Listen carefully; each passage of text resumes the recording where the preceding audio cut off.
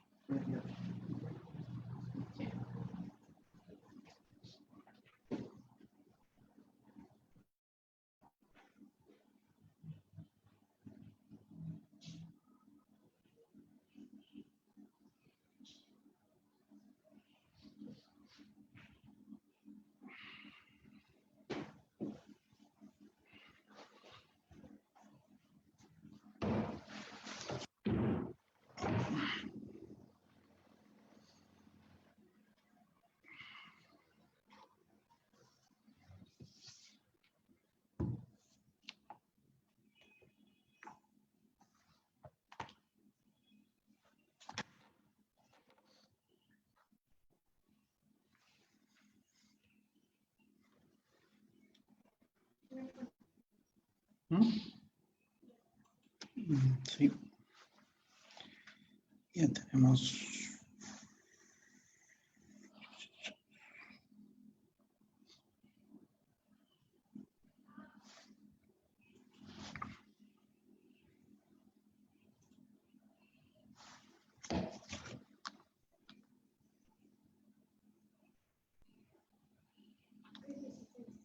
¿Cómo? Ahora está prendido.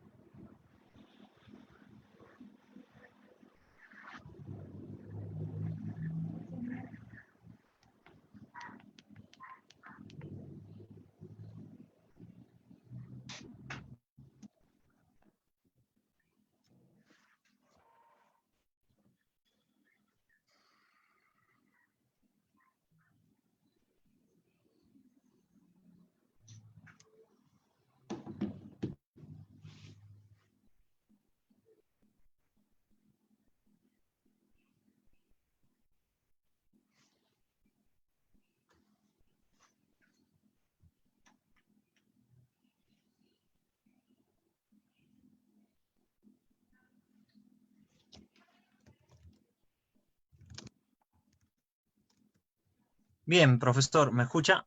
Creo que ya podemos iniciar de una vez. Claro que sí, John. Tú me dices y yo encantado de comenzar a tu voz. Comenzamos. Listo, buenas tardes con todos. Agradecerle al profesor Carlos Ramos que en esta ocasión nos va a brindar una videoconferencia. El tema a tratar es gestión pública en tiempos de COVID-19. Espero que sea de su agrado. Esta vez el profesor Carlos Ramos nos va a ofrecer una charla a través de Zoom y a través de Facebook Live. Las preguntas van a ser al final, las preguntas que tengan ustedes van a poderlas realizarlos al final. Bien, profesor Carlos Ramos, adelante, puede iniciar. Eh, Hola John, hola a todos. Primero, muchas gracias por darse este espacio para poder compartir conocimientos, ustedes al otro lado de la computadora y yo a este lado. Siempre va a ser un gusto para mí retornar a nuestra tierra, a Apurímac, aunque sea de manera virtual. Como todo provinciano, como todo migrante, jamás nos vamos de nuestra tierra, siempre vamos a estar allá, nuestro corazón, nuestra mente, siempre está allí y siempre cuando hacemos cualquier cosa estamos pensando en nuestra tierra, pensando en qué podría ser lo mejor para las personas que habitan nuestra región. Eso por un lado. Y por otro lado, ya para comenzar, retador el tema que plantea la Escuela de Gobernabilidad allá de la UNAMBA, de Ciencia Política, porque lo que ellos me plantean es cómo va la gestión pública en Apurímac en tiempos del COVID. Tres temas importantes que son necesarios conocer para entender la magnitud de lo que vivimos ahora y de lo que podemos esperar en los próximos años. En esa lógica, mi exposición va a tener tres partes. La primera parte voy a intentar definir la gestión pública, algunos datos sobre Apurímac, algo que muestra el COVID. Una segunda parte, un análisis breve, puntual sobre la gestión pública del gobierno regional de Apurímac. Y una tercera parte con unas reflexiones finales hacia dónde queremos ir. ¿Qué queremos los apurimeños en los próximos años? Entonces, dicho esto, la ponencia tiene estas tres partes y voy a comenzar justamente por esta primera, que es la gestión pública. A lo largo de la historia, ha habido un ente importante que ha permitido ordenar organizaciones o a los grupos humanos que viven dentro de una sociedad. Esa construcción abstracta es el Estado.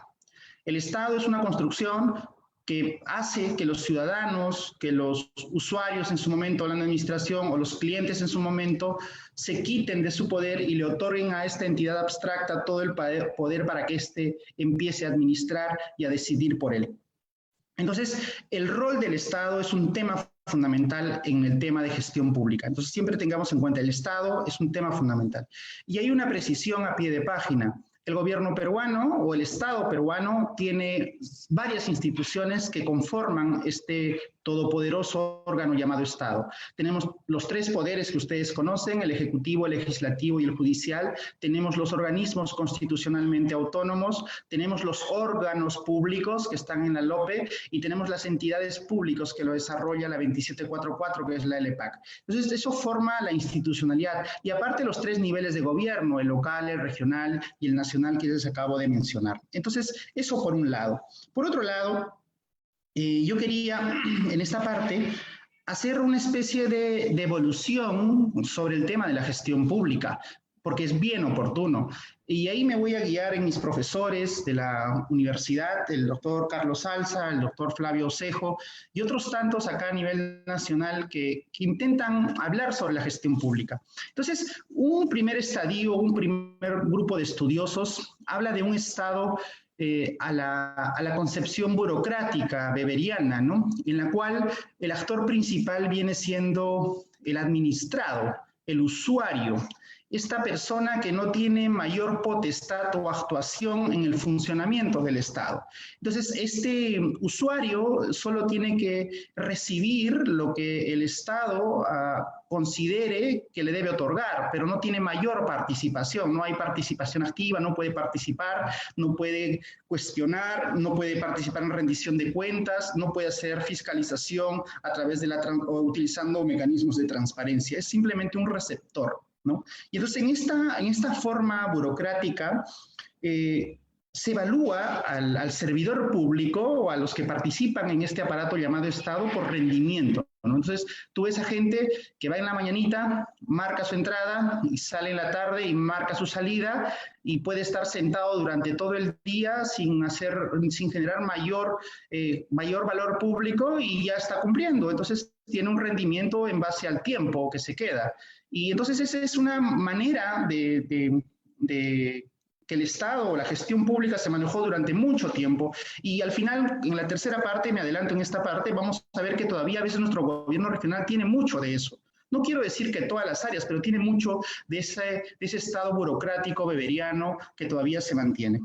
Un segundo punto en este acápite tiene que ver con esto que le llamaron la nueva gestión pública. La nueva gestión pública que nace otra vez, no en nuestro país, obviamente, nace fuera del país, sale de un profesor, el profesor Hood, en la London School of Economics, que empieza a hablar de que se va a llamar el New Public Management, que es la nueva gestión pública, y en esa nueva gestión pública se va a hablar de la gerencia pública, y en esa gerencia pública ya no existe un usuario, ya no existe alguien que recibe.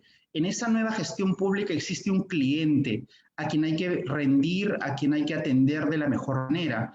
Entonces, mucho de los paradigmas que ha planteado la nueva gestión pública establece al usuario, a ese ciudadano como cliente, al que hay que atenderlo. Y ahí lo que se intenta buscar es que todas las acciones del Estado tengan un elemento fundamental, y ese elemento fundamental es la eficiencia, ¿no? Se busca que toda acción sea eficiente, ¿no? Entonces, esta nueva gestión pública estuvo muy correlacionada con la entrada, por ejemplo, a nuestro país del gobierno del ingeniero Alberto Fujimori, ¿no? Que él, en aplicación de fórmulas económicas foráneas, dentro de ellos el consenso de Washington, que planteó la forma de un sistema neoliberal, le llaman, planteaba que el Estado se reduzca a su mínima expresión, que no existiera empresas públicas, y entonces este paquete, y además que se formaran islas de eficiencia. Entonces con el ingeniero Fujimori se plantearon grandes instituciones como la SUNAT y muchos organismos reguladores que empezaron a administrar esta cosa tan inmensa que es el Estado e intentar dar servicios donde el elemento fundamental era el cliente, y el cliente, ¿quién era? Era el ciudadano, era el usuario, ¿no? Pero ahora modernamente, esta concepción no tuvo, o ha tenido, o tiene todavía cierto asidero en nuestro país, pero como que la cosa ha cambiado también. Ya no se puede hablar solo de un cliente.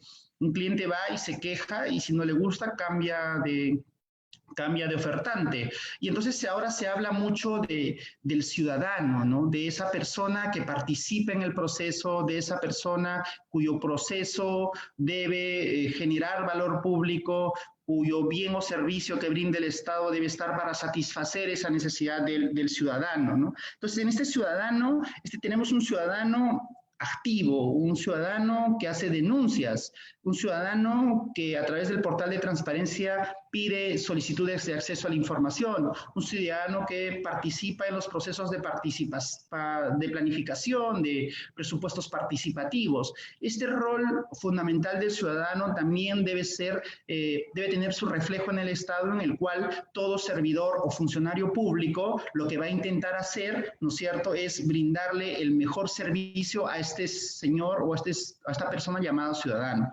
Entonces, ha existido esta evolución burocrática de la nueva gestión pública, y esta tercera que tiene como centro al ciudadano, ¿no?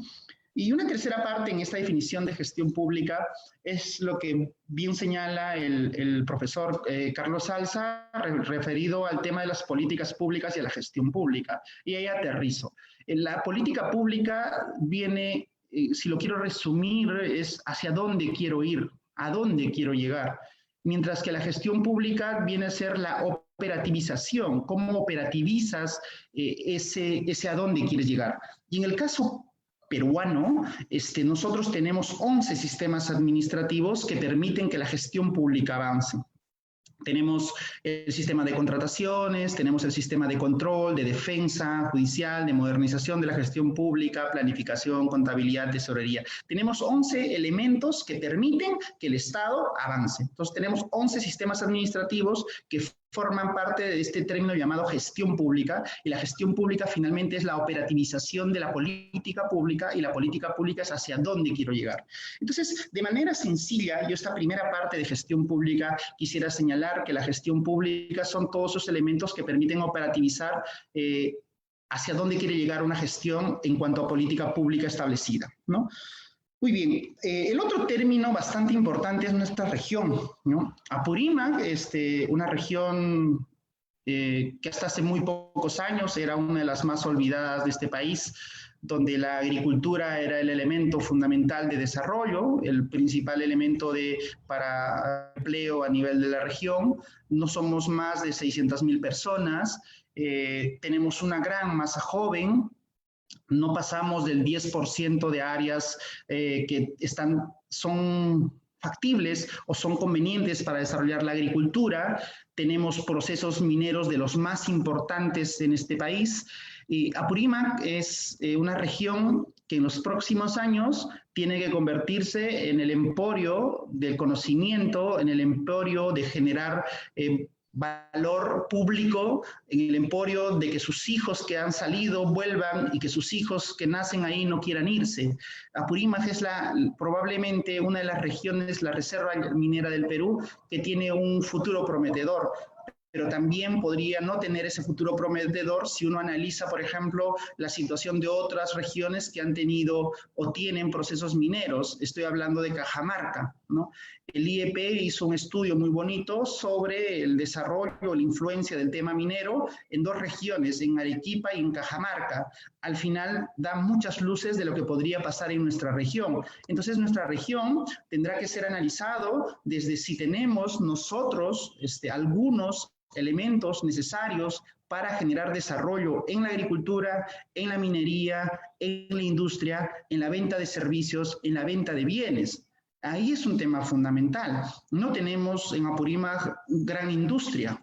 Vivimos de servicios fundamentalmente y nuestro grueso de población brinda servicios al Estado. Existe poca empresa, existe poca industria.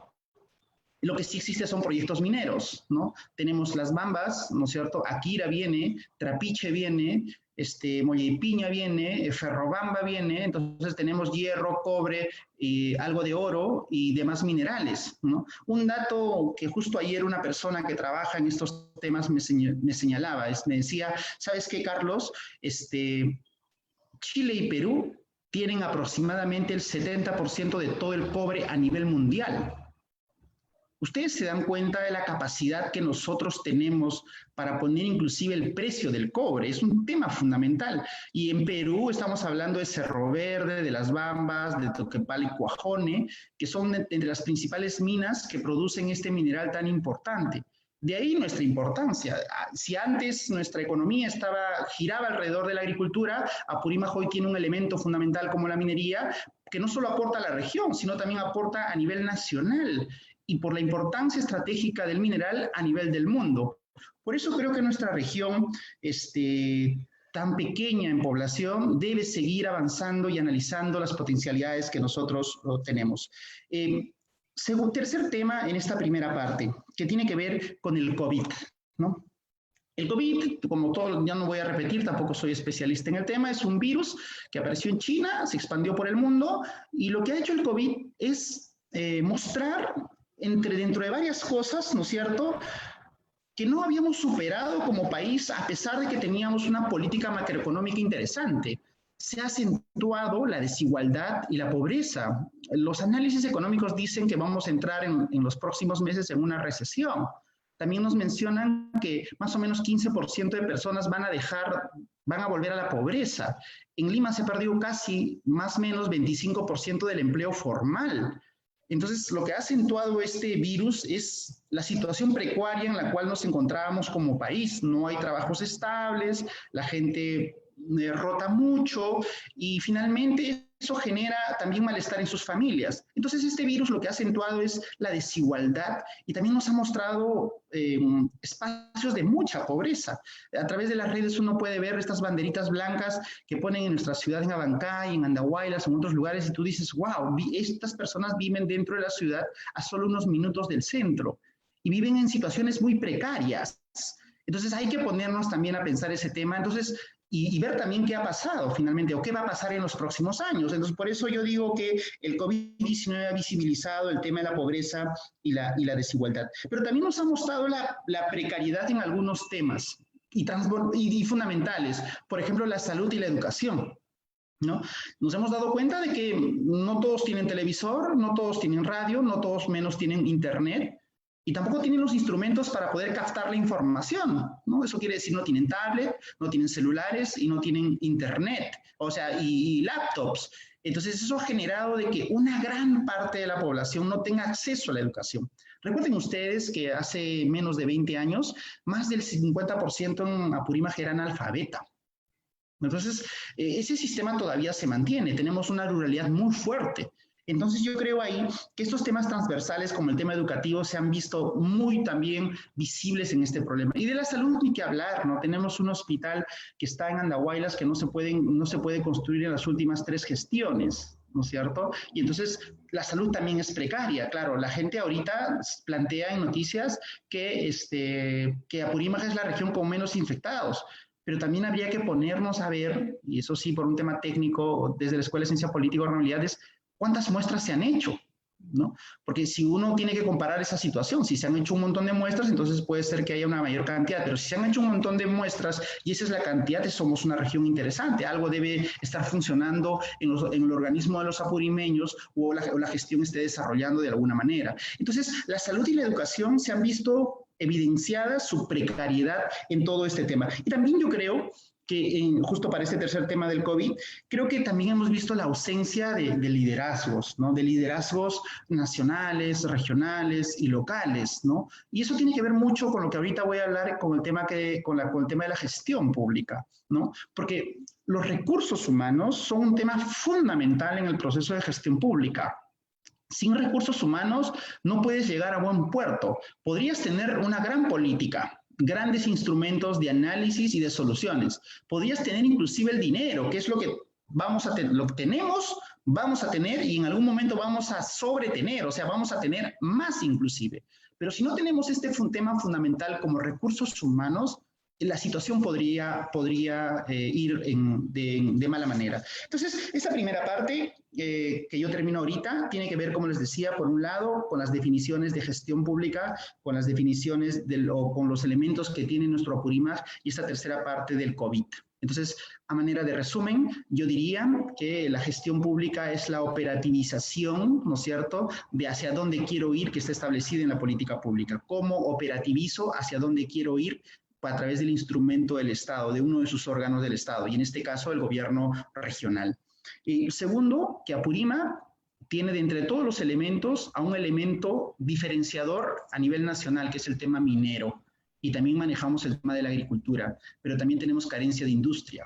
No generamos servicios también de calidad y hay una ausencia mucho de recursos humanos y somos una región también en población muy pequeña. Ojo con ese tema y muy joven también por otro lado. Y sobre el tema del COVID, yo creo que se ha evidenciado problemas estructurales, pobreza, desigualdad, carencia en temas educativos, carencias en temas de salud y finalmente, como les decía, el tema también de los liderazgos, ¿no? Bueno, teniendo en cuenta estos 3 elementos que acabo de mencionar, paso a la siguiente parte, ¿no?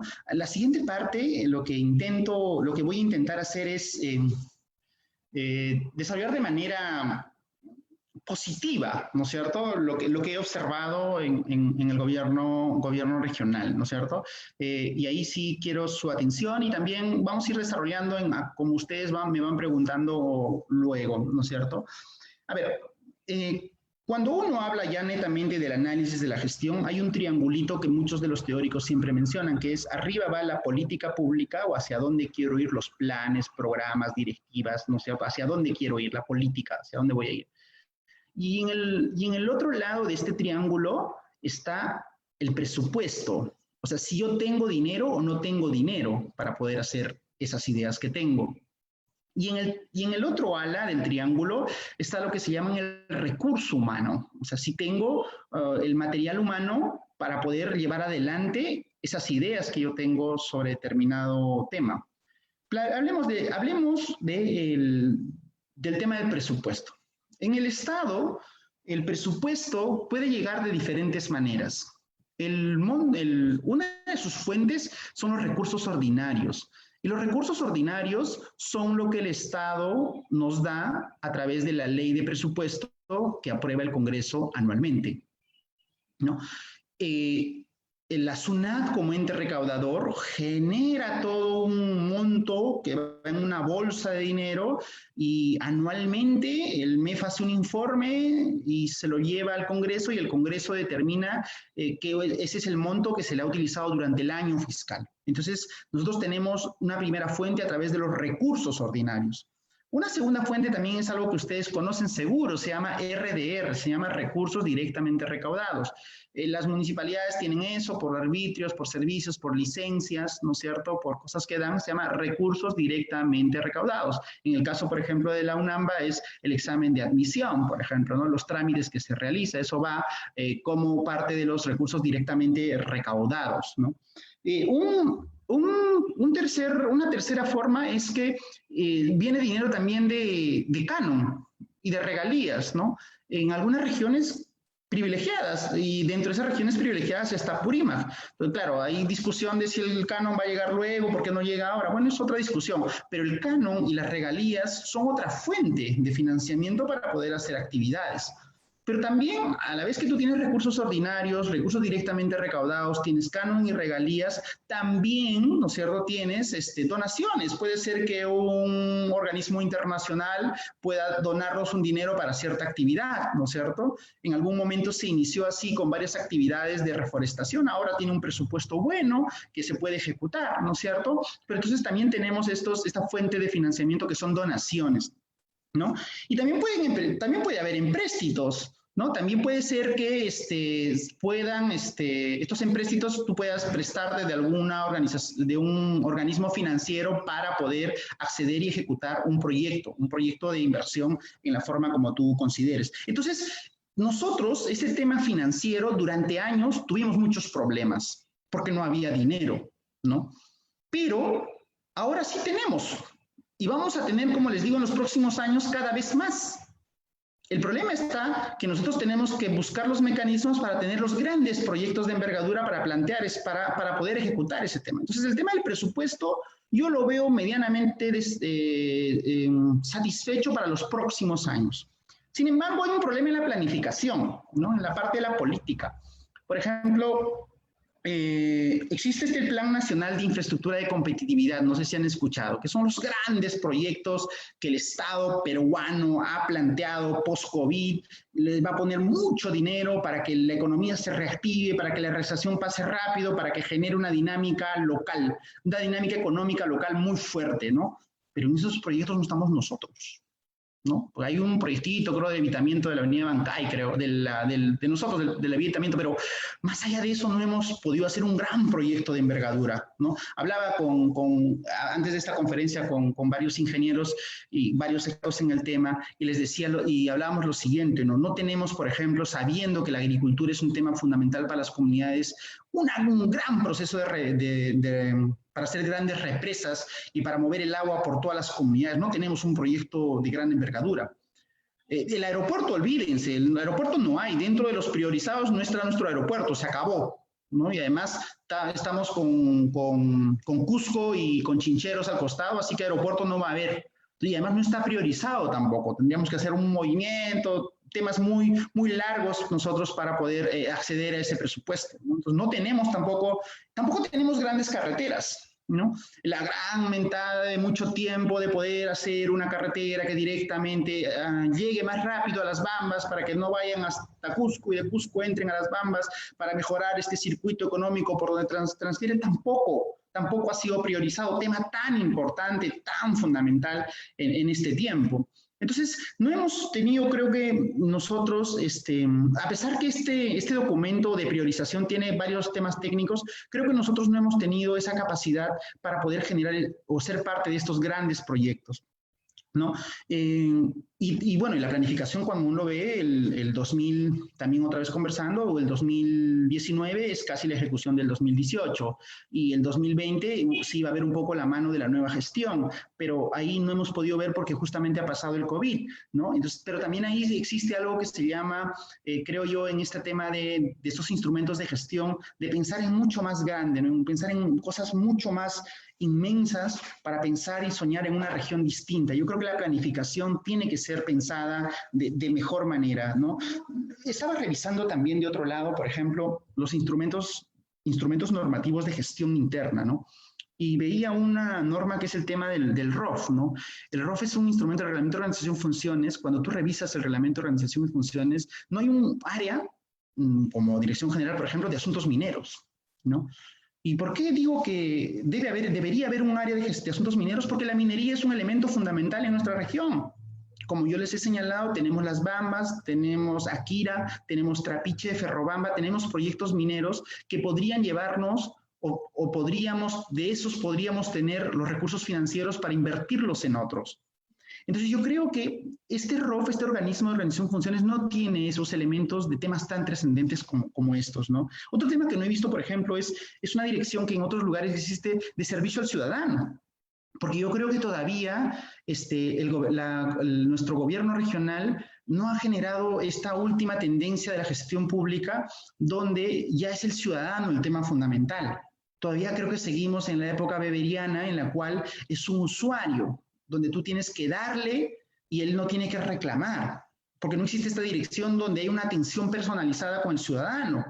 Cualquier ciudadano tiene los mismos deberes y derechos en nuestra región, por lo tanto esta dirección grande no la veo como si existe en estos nuevos procesos de modernización de la gestión pública. Entonces no veo en este área, no veo tampoco esto que seguro algunos conocen muy bien, acabo de verlo al ingeniero José, lo tiene que ver con esta dirección de inversiones, ¿no? Y proyectos, ¿no? Y estos grandes pensadores que van a plantear los proyectos de inversión más importantes de nuestra región en los próximos años, ¿no? Dentro están metidos, hay un área de programación multianual que es parte obviamente del círculo del InviérteP, pero no está este área fundamental, ¿no es cierto? Dentro de infraestructura también hay otro tema, hay un área pequeñita, pero no veo un área trascendente y fundamental y con mucha fuerza que tenga que ver con los proyectos de inversión pública, por ejemplo. Tampoco, con los proyectos de inversión pública, tampoco veo algo que es un tema fundamental en la nueva gestión, en la gestión moderna, en la gestión pública moderna, enfocada en el ciudadano, que tiene que ver con este uso de tecnologías de la información. Todos estamos migrando al gobierno digital, todas las entidades a las firmas digitales y cada vez toda la información tiene que ser cada vez más visible. De hecho, el SEACE, el SIGA, el CIAF, estos instrumentos permiten transparentar las acciones, pero el ciudadano debería tener la potestad de entrar a manejar muchas cosas y fiscalizar de mejor manera. Si tú entras al backup del SIGA, tienes qué cosas se ha comprado en el gobierno regional. Puedes averiguarte hasta si ha comprado una aguja o no ha comprado una aguja. Y eso es parte del derecho que nosotros tenemos, excepto que esté dentro de tema de seguridad nacional o las excepciones de la ley de transparencia, nosotros podemos acceder a esa información. Entonces yo creo que la página todavía no está entrando a esta época muy moderna del tema de la digitalización y por lo tanto no veo este área fundamental como es el tema de tecnologías de la información y gobierno digital. En instrumentos de gestión interna, yo veo ese tema, están un poco desactualizados el MOF, no veo un MAPRO correcto, por lo tanto no hay predictibilidad, donde entonces cuando no hay predictibilidad de los procesos, el favor podría ser un instrumento que se utiliza, cómo se llevan a cabo los procesos, ¿no? Ese es un tema de instrumentos de gestión. Otro tema que yo analizo en el gobierno regional tiene que ver con un factor fundamental que es trascendente en la gestión pública, que tiene que ser con los recursos humanos, ¿no? Los recursos humanos necesariamente tienen que mejorarse, ¿no es cierto? Y yo veo, pero no es una cuestión solo del gobierno regional, es a nivel nacional, un poco de precariedad, ¿no es cierto?, laboral. Y digo precariedad laboral en el buen sentido de la palabra, ¿no? ¿Por qué? Porque no existen, dentro de los regímenes laborales que existen en este país, está la 276, la 728, los CAS, el servicio del régimen del servicio civil, ¿no es cierto? Y todas las modalidades de programas, ¿no? Enfermeras, ley de profesorado y lo demás. Nosotros no tenemos estabilidad de nuestros trabajadores, ¿no? Y entonces la gente es contratada por órdenes de servicio, un cambio que está a disposición del jefe. Entonces tú te hacen una orden de servicio por un mes o 2 meses y estás sujeto a que le caigas o no le caigas bien al jefe o a determinada situación que también no permite que las personas desarrollen creativamente y se desarrollen como profesionales y como seres humanos. Entonces yo creo que, y no es una cuestión netamente del gobierno regional, es una cuestión que abarca a todos los gobiernos regionales y que está de mucho tiempo atrás. Creo que Servir está intentando hacer eso, ¿no?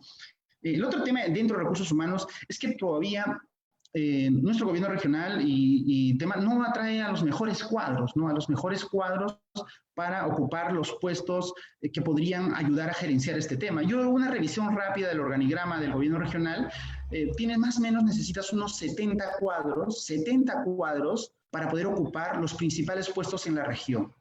Y esos 70 cuadros profesionales, técnicos, deberían estar en la capacidad de plantear cosas, de hacer avanzar el sistema burocrático, de tomar decisiones inmediatas y siempre en beneficio del ciudadano. No podemos detenernos a pensar tanto tiempo en las cosas, tenemos que actuar. Y para actuar, para no tener miedo, para no tener miedo a una firma, que vas a tener algún proceso, tienes que tener expertos en el desarrollo. Entonces, para gobernar una región, por lo menos necesitas entre 70 cuadros altamente calificados para avanzar.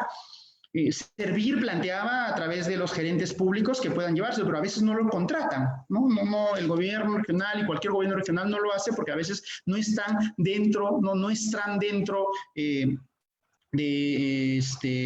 sus intereses, de las lógicas que plantean, ¿no es cierto?, la autoridad. Entonces ahí tienen algunos choques porque todo también funcionario tiene que someterse a la dirección del gobierno regional y cuando no está, lo sacan. Y eso no está bien, o sea, lo que está bien debería tener la política pública clara y sobre eso marchar, más allá de las personas que estén ahí, ¿no es cierto? Y bueno, y ahí sí yo felicito a John, a Catherine, a toda la universidad en sí, porque ahí vamos a cumplir un rol importante de las universidades, ¿no? Recuerden que la UNAMBA es del siglo XXI, del año 2000, la UNACMA del 2004, o sea, nosotros no hemos tenido universidad pública en el siglo XX, solo en el siglo XXI.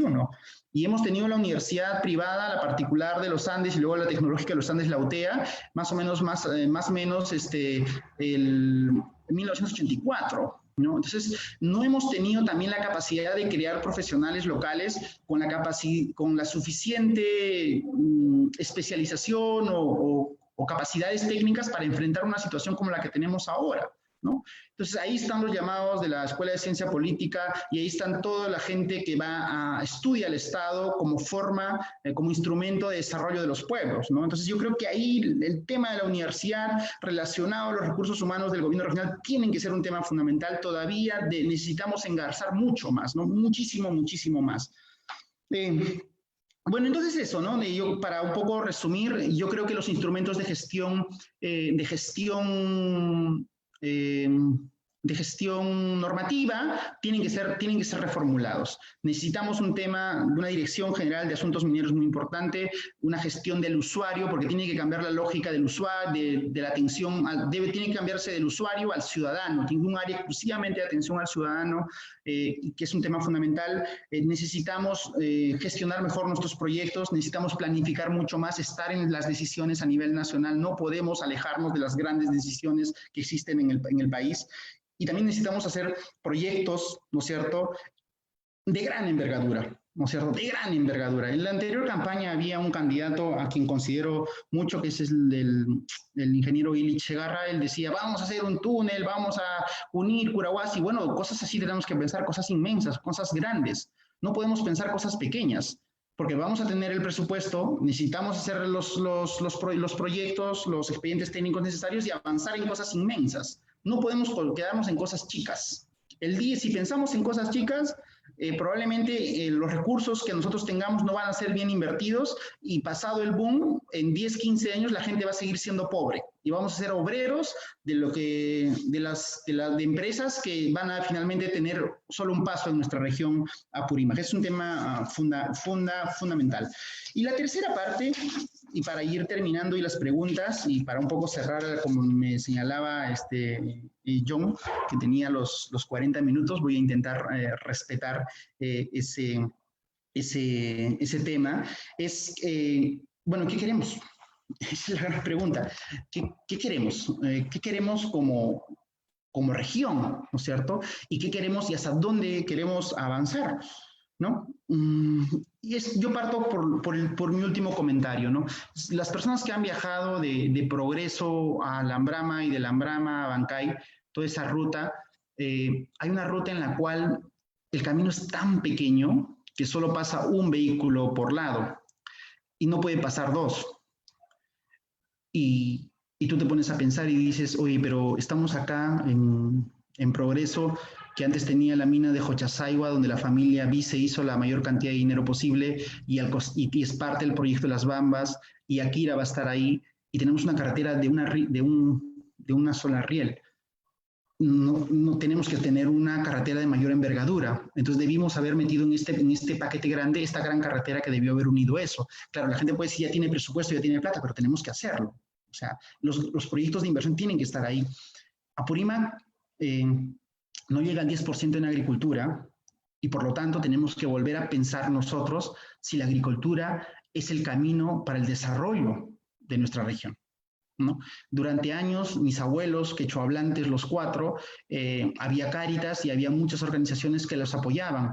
Les daban sus kilitos de alfalfa, sus cuisitos y varias actividades, pero nunca progresaron, porque tienen agricultura de subsistencia, de parcela, de una parcelita chiquita acá, otra parcelita allá, y eso es solo para poner en la marca y vivir el año hasta esperar la lluvia.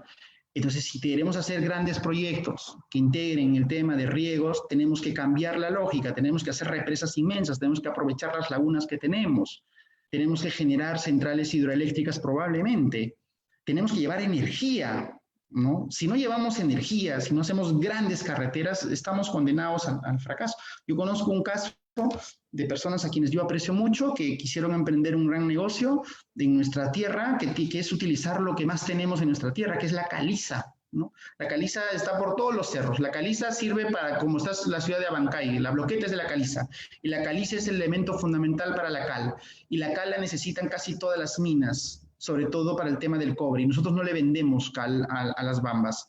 Entonces, ¿por qué? Porque la energía no llegaba, tuvieron que traer petróleo, aceite quemado, carbón, y no funcionaba. Y el Estado y el gobierno regional no participan en ese proceso para generar industria local.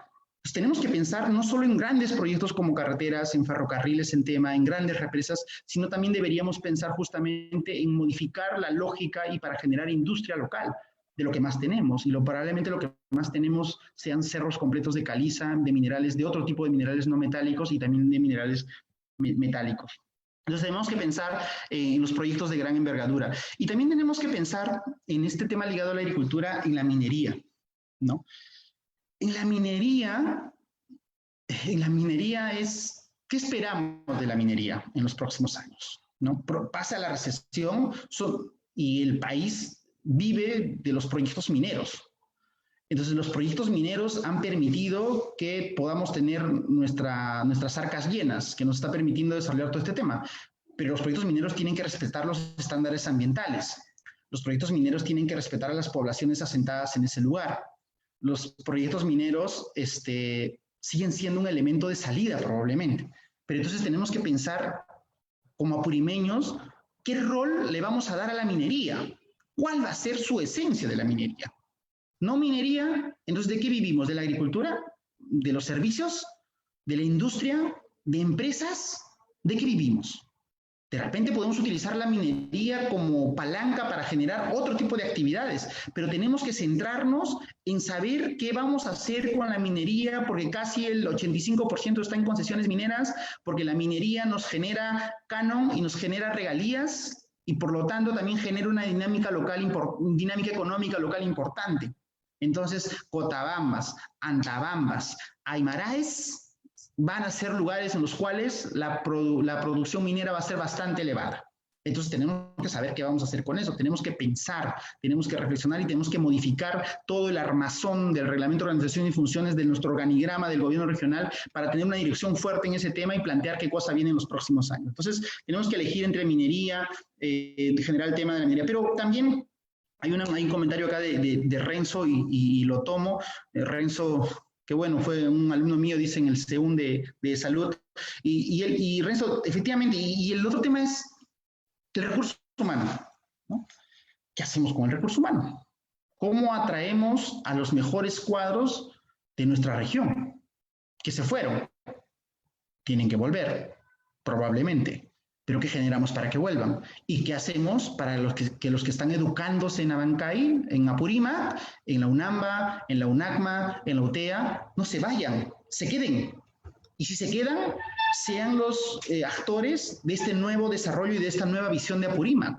Entonces necesitamos plantear que la universidad sea el eje fundamental de desarrollo y por lo tanto la investigación tiene que ser un tema fundamental. No existe documentación certera, científica sobre el tema de muchos temas importantes. No existe un desarrollo actualizado sobre el tema de la agricultura. El último que hizo fue el exgobernador Elías Segovia, el último trabajo serio, ¿no? No existe tampoco un trabajo claro sobre el tema de la minería, cuánto trabajo da, cómo se genera. Son otros documentos, son instrumentos académicos de otras instituciones y no de nuestro gobierno regional, que es lo que tenemos que generar también en el tema. Entonces, el tema de los recursos,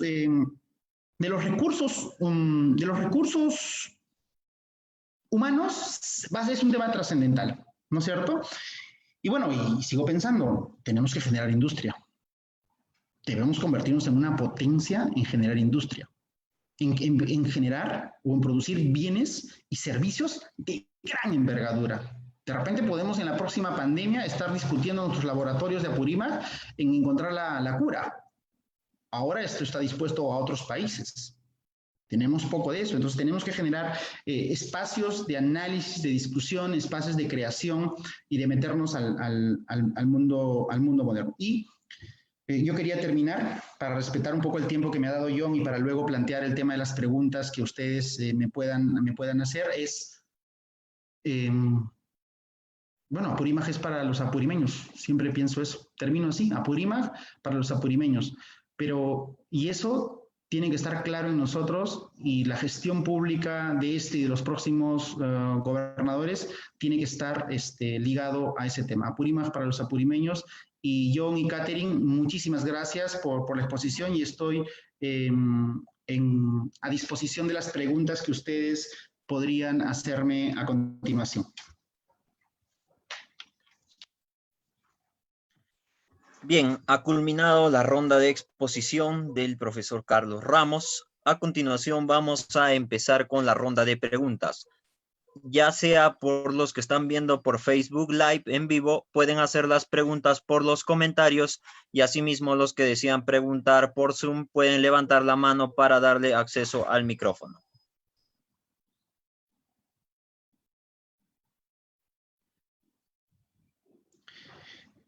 Hay una pregunta que me mandan por chat, ¿qué opinas del asistencialismo? Bueno, hay un dicho viejo que dice, no le enseñes a comer pescado, sino enséñale a pescar, ¿no? Efectivamente, hay programas económicos y sociales regidos sobre todo por el MIDIS que tienen ayuda a determinados grupos vulnerables, ¿no? Hay estudios que dicen que eso ha perjudicado porque la gente ya solo quiere recibir ese monto. Yo no considero así porque eso está ligado también a políticas de salud, que las personas tienen que vacunar a sus hijos, que las personas tienen que hacer mediciones por el tema de la anemia, por ejemplo. Entonces, naturalmente, cuando existe alguna medida que no desarrolle capacidades del ciudadano, no está bien. Pero mientras exista algunas medidas que permitan que el ciudadano se desenvuelva mejor, deberían ser consideradas, ¿no? El vaso de leche en su momento, con Barrantes, ¿no es cierto? Pensión 65 no cabe duda que a algunas personas les ayuda mucho, ¿no es cierto? Entonces yo creo que efectivamente el asistencialismo de manera fría no está bien, pero yo creo que debería existir algunos incentivos para que las personas puedan desarrollarse y hacer sus actividades. Eh, el señor Aragón Chauca me dice, ¿qué opinas sobre la migración en Apurímac a otras regiones? Aragón, ¿sabes qué sucede? Yo pienso que tenemos que preguntarnos por qué el apurimeño se va, ¿no? Tienen varias olas de migraciones los apurimeños. También se migraron mucho por la violencia política y en otro momento, como yo señalaba, la universidad es del siglo XXI, entonces no había posibilidad de que alguien se eduque con estudios superiores en Apurímac, ¿no? Tenías la UTEA, pero la UTEA era privada, finalmente, ¿no? Entonces, la gente que quería educarse en educación superior tenía que acercarse a Ica, tenía que acercarse al Cusco, tenía que acercarse a Arequipa o algunos a Lima. Entonces, la pregunta viene siendo, ¿por qué migras? ¿No es cierto? ¿Por qué migras? Probablemente por oportunidades, ¿no? Que no existían en ese momento, ¿no? Y en otros momentos también existe gente migra porque considera que Lima te vende una promesa de vida, donde vas a encontrar mejores estudios, mejores trabajos, pero aparentemente no es así. Hoy los más de 15.000 purimeños que quieren retornar nos dicen eso, ¿no? Yo con mucha pena he visto gente de las universidades que quieren volver y son personas estacionales que vienen a trabajar a Lima para tener algo de dinero y volver a seguir estudiando. Lo sé yo he sido un migrante. Yo he venido acá bueno, y te venía y me iba en los veranos a Bancay y me cacholeaba en las academias y tenía algún dinero que guardar para el año. O sea, es parte del tema. Entonces la pregunta es ¿por qué migran los apurimeños? Probablemente por promesas, probablemente por mejorar cosas, pero yo creo que nuestra región tiene que generar posibilidades para todos ellos, ¿no? Yo creo que se va a dar.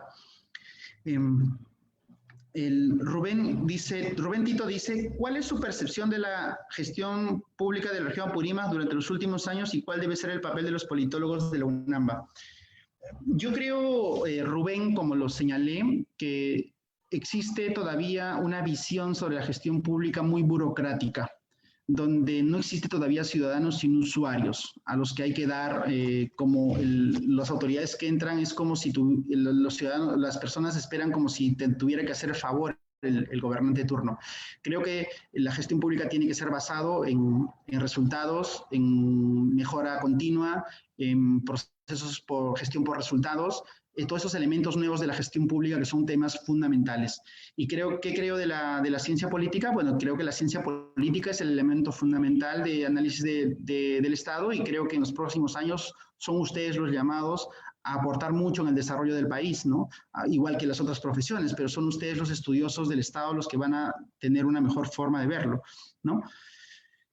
Catherine dice, el señor Augusto Condori, solo que un ratito, un poquito, no, me están atosillando. ¿Cuál es la percepción de los politólogos? Perfecto, esta ya está. John, ¿cree que vaya a venir una crisis sanitaria regional tardía mientras que el resto del Perú o Lima se vaya superando poco a poco?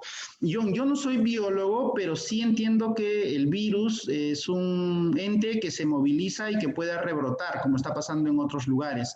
Creo yo que tenemos que planificar, y en eso seguro están las autoridades, debemos tener plantas de oxígeno claras, tenemos que mejorar nuestros ventiladores, tenemos que generar capacidades en temas logísticos para que nuestros profesionales de salud puedan atender, técnicos en enfermería, enfermeras y médicos y todo el componente de salud que tiene que ser fundamental. Tenemos que generar mejores incentivos para que las personas de salud se queden a trabajar. Estabilidades laborales, probablemente incentivos económicos adicionales de nuestra región, todo eso tenemos que plantearlo. Entonces yo creo que podría sí venir, pero tenemos que estar preparados para ese tema. El señor Augusto Condori me dice, pensar que el desarrollo de la región Apurímac, de acuerdo a las potencialidades que tenemos, por ejemplo, tenemos bastante recurso hídrico, por lo que... Sí, eso es lo que yo digo, señor Condori Escalante. Tenemos que pensar en proyectos de gran envergadura, ¿no? Carreteras que unan, ferrocarriles, centrales hidroeléctricas, industria a gran escala. Si no pensamos en grande y pensamos en costas penudas, probablemente sucumbamos en lo que viene en el mundo en los próximos... ¿Cree que la gestión pública es 100% pragmática en la región? Porque... no sé, yo creo que el gobernador, el profesor Baltasar Lantarón, está haciendo lo mejor que puede.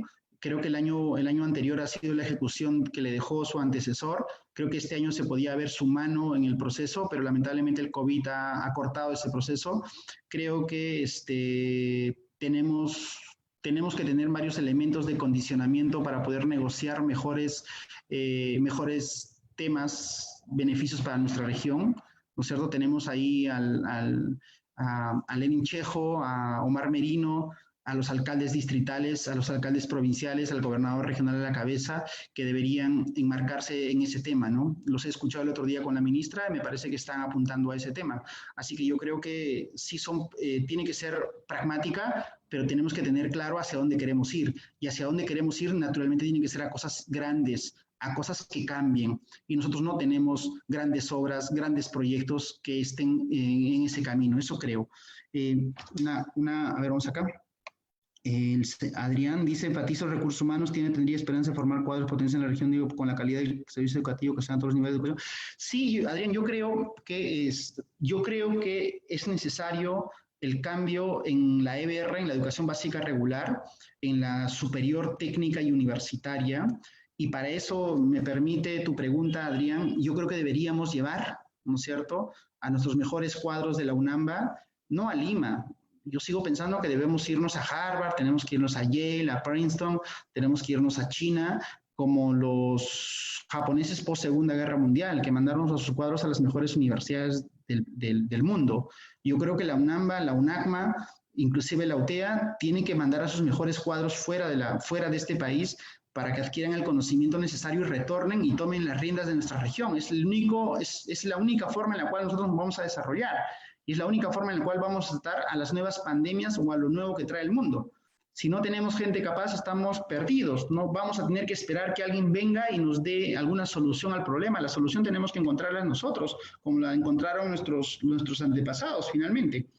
El ingeniero Juan Enciso dice, estando de cara al Bicentenario, es necesario que los planes de desarrollo nacional, sectorial, regional, sí, la articulación de políticas públicas y la articulación intersectorial y multisectorial es un gran tema de gestión pública que muchas veces no se da, ¿no? A veces el partido de la provincia está en desacuerdo con el partido del que ha ganado el gobernador de la gobernatura regional y no se pueden ver, y el del distrito menos, y hay distritos olvidados, hay distritos que no tienen canon y solo reciben recursos ordinarios y están en el olvido total. Entonces yo creo que tiene que haber una articulación necesaria y fundamental. Por lo tanto, la articulación es fundamental a nivel vertical y a nivel horizontal, creo yo. John, antes de seguir leyendo, ¿hay alguna pregunta que alguien quiera hacerlo verbalmente a tu disposición?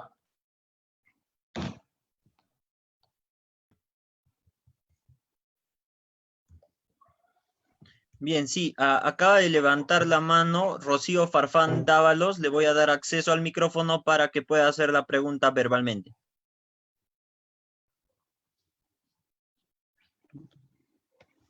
Buenas tardes, Carlos. ¿Cómo estás? Buenas tardes. Hola, Rocío, ¿cómo estás? Sí, te escucho. Yo quería partir de lo que tú mencionaste y que realmente yo no lo veo así, que es que los proyectos mineros nos han permitido llenar nuestras arcas.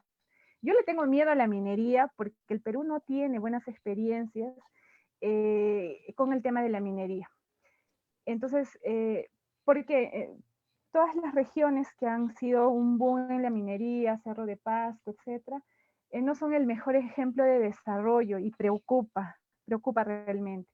Y mira, Las Bambas, recuerdo que desde el 2006, que se inició el proceso de exploración y todo ello, hoy día nos seguimos dando cuenta que Cochabamba sigue siendo, de toda la región Apurímac, una de las provincias menos desarrolladas. Entonces, ¿cómo impulsar? ¿Qué hacer? ¿Qué se tiene que hacer? ¿Cómo debe trabajar? ¿Qué políticas a nivel regional y a nivel de gobiernos locales se tienen que seguir para que no pase lo que ha pasado en casi todas las regiones? No veo en ninguna región ejemplos de desarrollo con la minería. Siguen siendo regiones empobrecidas y eso preocupa. Claro que sí. Qué gran pregunta la tuya, Rocío. El Instituto de Estudios Peruanos, el IEP, sacó un libro sobre Desigualdades e Inclusión, si no me mal no recuerdo, en el cual hace un análisis justamente entre Cajamarca y Arequipa sobre los proyectos mineros y su desarrollo económico con las personas. Ahí, por ejemplo, tenemos un análisis académico sobre cómo ha funcionado ahí, ¿no? Y efectivamente, cuando tú ves La Oroya, ves los problemas como estás en Cerro Quilich, Tambo Grande, por ejemplo, Quellaveco también, y en su momento Anglo American en Moquegua, tú ves que efectivamente a veces la minería no podría traer el desarrollo que corresponde, ¿no? Y ahí voy a plantearte, mi comentario va a ir de dos maneras. La primera, yo quisiera contar la experiencia, que lo está en internet, de la negociación del presidente Vizcarra cuando hubo el moqueguazo, ¿no? Mientras Anglo American entraba en una discusión sobre el desarrollo de proyectos mineros, Vizcarra llegó a negociar más o menos 1.000 millones de soles no en temas de canon, no en temas de regalías, y convirtió a Moquegua en su momento en la primera región educativa en esa parte, en ese foco.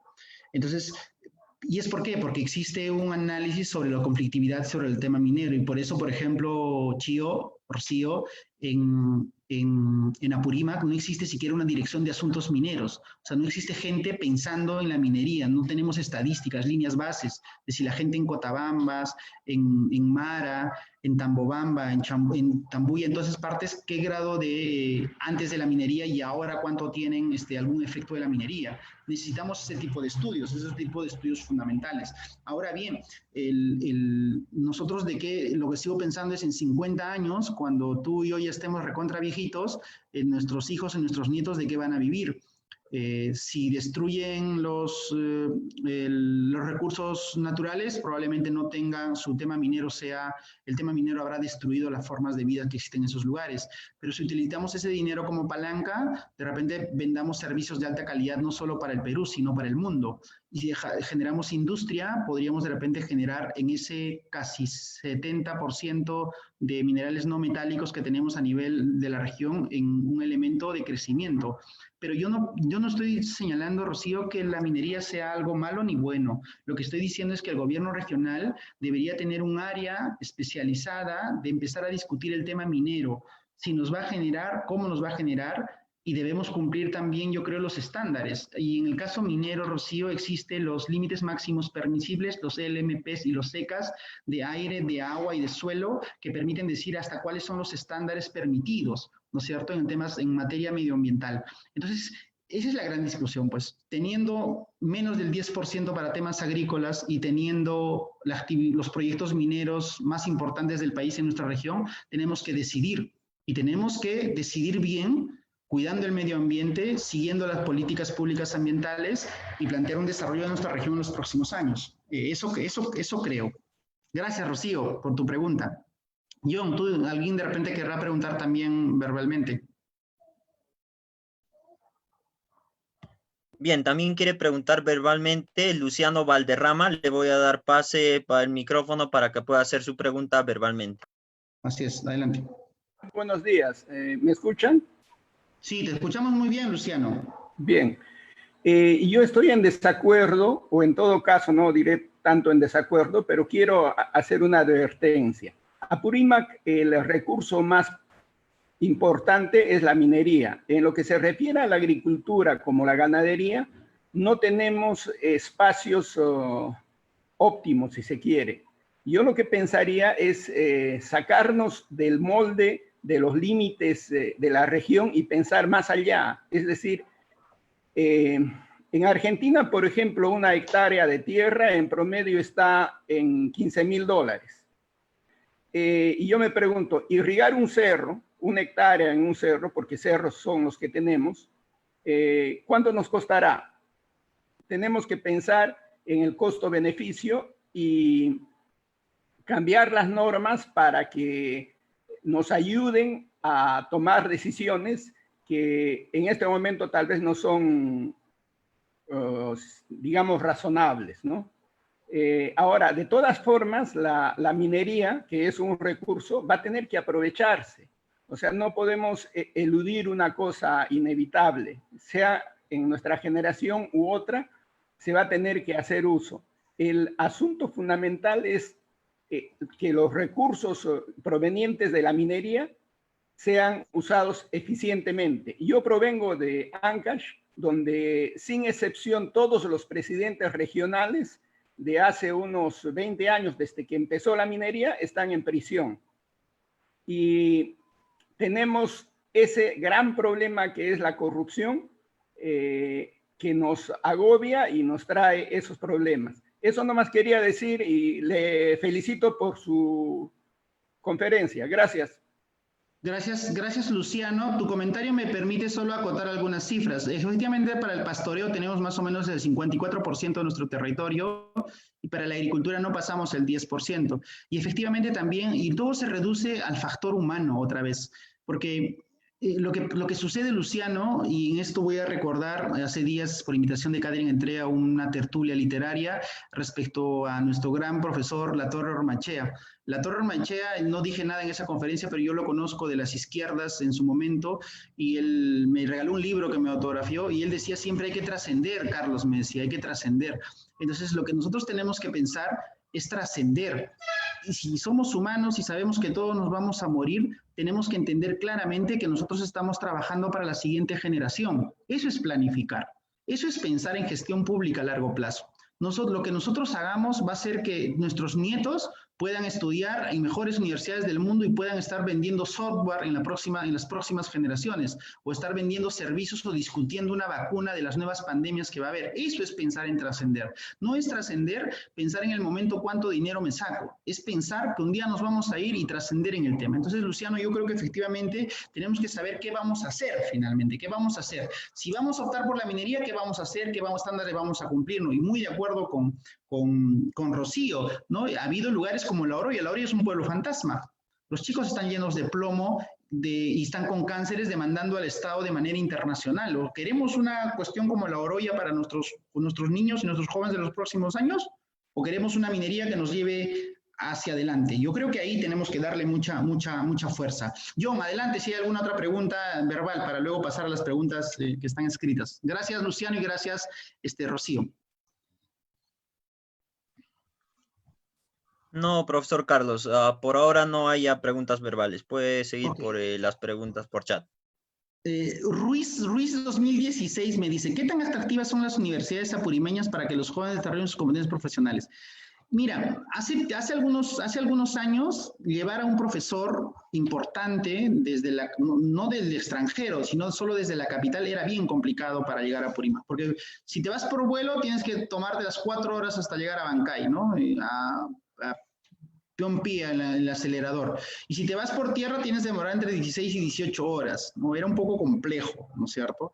Y entonces la otra opción era tener estos sistemas que estamos viviendo ahorita, que es la virtualización de la educación. Entonces mañana, gracias a Catherine y a John, vamos a intentar conectar con profesores que están fuera del país, haciendo doctorados en otros lugares que ustedes también lo están consiguiendo. Entonces, ¿por qué vamos a escuchar a personas solo de la UNAMBA o solo del Perú cuando podemos escuchar a la fuente del conocimiento que está a veces en Europa, o está en Estados Unidos, o está en China? Entonces tenemos que buscar esta interconexión. Esta interconexión, esta nueva forma de la virtualización de la educación va a generar nuevos mecanismos de aprendizaje necesariamente. Y esos nuevos mecanismos de aprendizaje van a generar también nuevo conocimiento, y eso nos va a permitir mucho. Y ahorita, ¿qué tan atractivas son? Yo creo que tienen que ser atractivas. Y además recuerden, probablemente si yo no hubiera venido a San Marcos, yo debería haber, si la UNAMBA existiera en mi tiempo, yo hubiera estudiado en la UNAMBA, estoy segurísimo, ¿no? Porque es la universidad pública donde los que menos recursos tenemos entramos a buscar un espacio de búsqueda de conocimiento. Entonces ese es un espacio importante.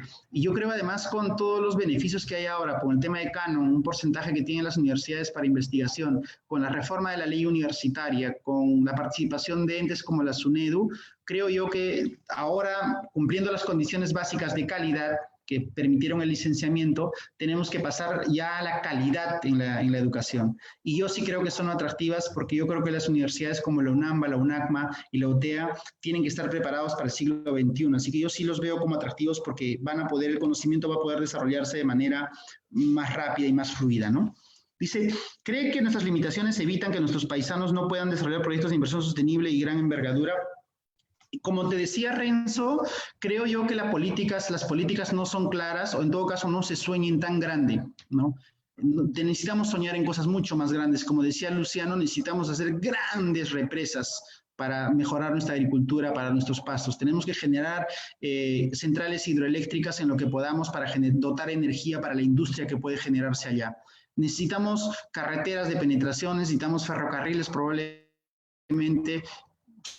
Soñar en grande necesitamos. Ese soñar en grande nos va a permitir tener un proceso distinto, ¿no? Si pensamos en cosas pequeñas, estamos condenados a repetir lo que otras regiones mineras han tenido, que sean solo un momento y finalmente se quede lo peor de esos procesos de desarrollo en su momento. Sí, Luciano dice, es más rentable pensar en comprar. Sí, mira, ese es un gran problema, Luciano, porque tu pregunta me permite desarrollar lo siguiente.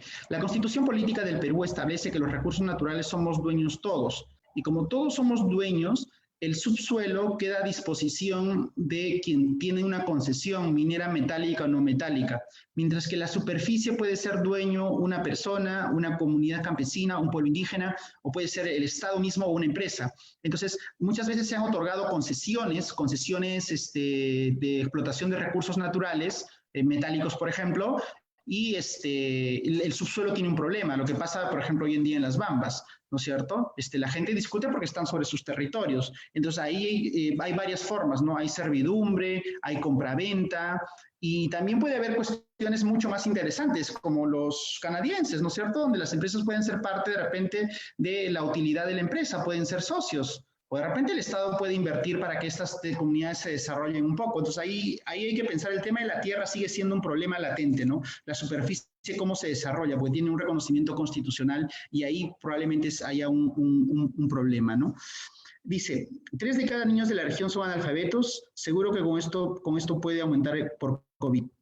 ¿Cómo frenar el golpe de tanto esfuerzo para avanzar en educación? Yo sigo pensando que la educación es el camino que nos va a permitir salir adelante. Sin educación estamos condenados a repetir lo de generaciones anteriores, ¿no? Muchos de los que están acá, me incluyo, hemos sido descendientes de los pongos, de los hijos de los campesinos, la gente que vivía de la economía de autosubsistencia, y la educación nos ha permitido conocer otras realidades y seguir soñando. Y yo creo efectivamente que si no invertimos fuerte en educación, estamos condenados a fracasar. Y creo que el COVID lo que ha hecho es demostrar que en educación estábamos precarios, ¿no? Que la conectividad no llega a otros lugares. Una cosa que tengo entre el sentimiento, no sé si es cólera o desazones, porque, por ejemplo, en los proyectos de reactiva de la creación o de la instalación de estas bandas anchas, Apurímac no está. Necesitamos espacio, necesitamos tener esa visión de conectar a nuestra región, de que el internet sea mucho más rápido, de que llegue a la última comunidad para que la gente pueda interconectarse y tener acceso a la información, y la información finalmente termina siendo poder. En el ámbito de la gobernabilidad, ¿cuál es su percepción sobre la falta de gestión articulada entre los niveles de gobierno local?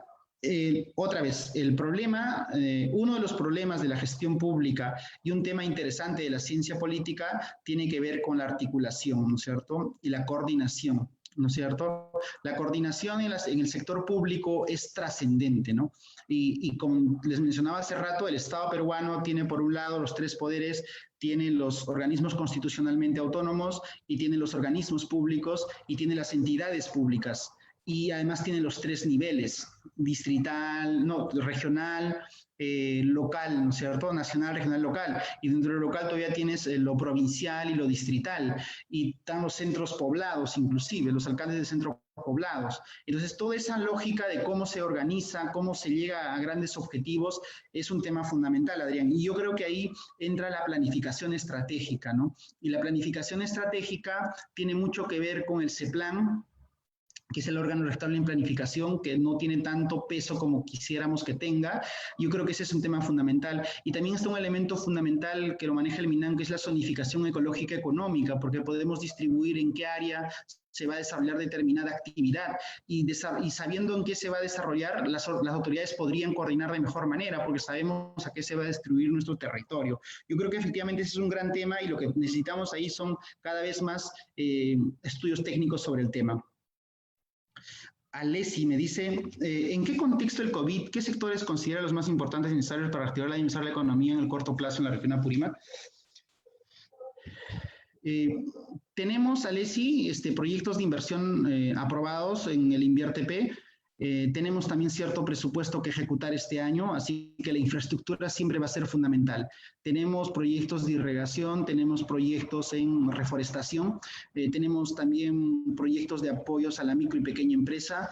El aspecto minero no se ha detenido, así que yo creo que los sectores como construcción, de todos los niveles y también como temas de reactivación económica, como el tema minero, van a ser las dos actividades que van a ser los fundamentales en los próximos meses para seguir avanzando. Eso es un tema recontra fundamental. Mira, proyectos o programas que duren más de 10 años, se sigue priorizando proyectos que duran meses. Jimmy Cáceres, sí, efectivamente. Yo creo que, claro, lo único malo de la gestión pública, las personas que han ocupado cargos, y me incluyo dentro de ellos, es que a veces el corto plazo o las cosas inmediatas nos terminan ganando a las proyecciones de gran plazo, porque además los cargos duran poco, son sillas rotatorias. Hoy día estás y mañana no estás.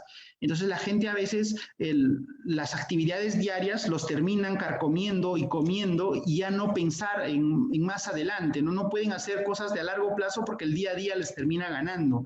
Por eso yo creo, Jimmy Cáceres, es que ahí lo que importa son gente totalmente calificada para entrar, no a aprender a la administración pública, tú tienes que entrar a ejecutar en la administración pública y a ejecutar proyectos que verdaderamente tengan gran importancia a nivel regional y a nivel nacional, ¿no?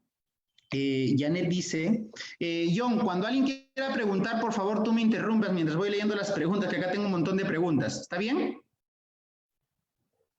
Correcto, entendido, profesor. Ya. Janet dice, el COVID nos ha demostrado que es urgente modernizar la gestión pública. ¿Qué debemos hacer como región para implementar el gobierno electrónico y dejar de utilizar un sistema muy burocrático que no permite avance administrativo y produce insatisfacción en los usuarios? Janet, otra vez, creo yo, Janet, que el factor humano es fundamental. Y en este caso la universidad o los entes de formación de profesionales técnicos. Porque si nosotros dominamos los 11 sistemas administrativos, si nosotros traemos a los expertos en elaboración de proyectos de inversión pública, en IOARS, por ejemplo, o PIPS, ¿no es cierto? Tendremos gente que está soñando a gran escala, ¿no? Y para eso, mientras la gente va ejecutando, tiene que haber un montón de gente pensando en los próximos años. No podemos dejar de planificar. La planificación estratégica es un tema fundamental.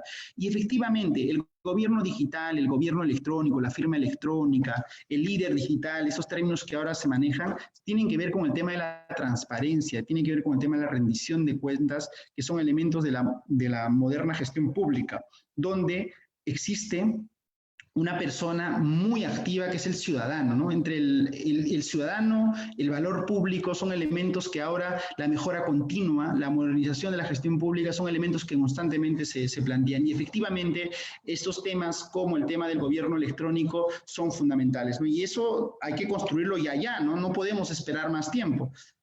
Luciano dice, la Oroya fue creada por la mina, sin ella no habría existido, estoy en contra de irrigar cerros, hay que comprar tierra. Sí, es una buena medida también, Luciano. John Pacheco dice, profe, una pregunta no tan académica. ¿Cuáles son sus...? Ah, sí.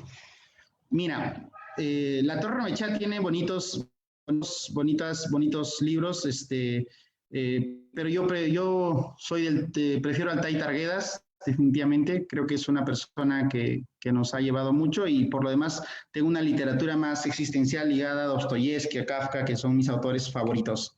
Creo que Guillermo Villadebut Ferrufino también tiene un cuento muy bonito que es Alancho el noble bandolero. Creo que también ese es algo que siempre nosotros tenemos que recordar. Bueno, la Torre Ormaechea y Villadebut Ferrufino creo que son dos personas que yo recuerdo mucho. Y así dice, profesor Carlos, sí. Hay una pregunta que quieren realizarlo verbalmente, Breiner OC, le voy a dar pase al micrófono. Adelante. ¿Me escucha? Hola, Breiner, ¿cómo estás? Buenas tardes, muy bien, gracias. Hago referencia a lo que dijo antes, esa frase que muchos años hemos escuchado, ¿no? Es mejor enseñar a pescar antes que dar el pescado. Bien, Esa es una frase repetitiva que es un buen eslogan. La pregunta viene al caso de la siguiente manera, ¿no? ¿Cómo enseñamos a pescar a alguien que no tiene los medios y las herramientas para poder pescar?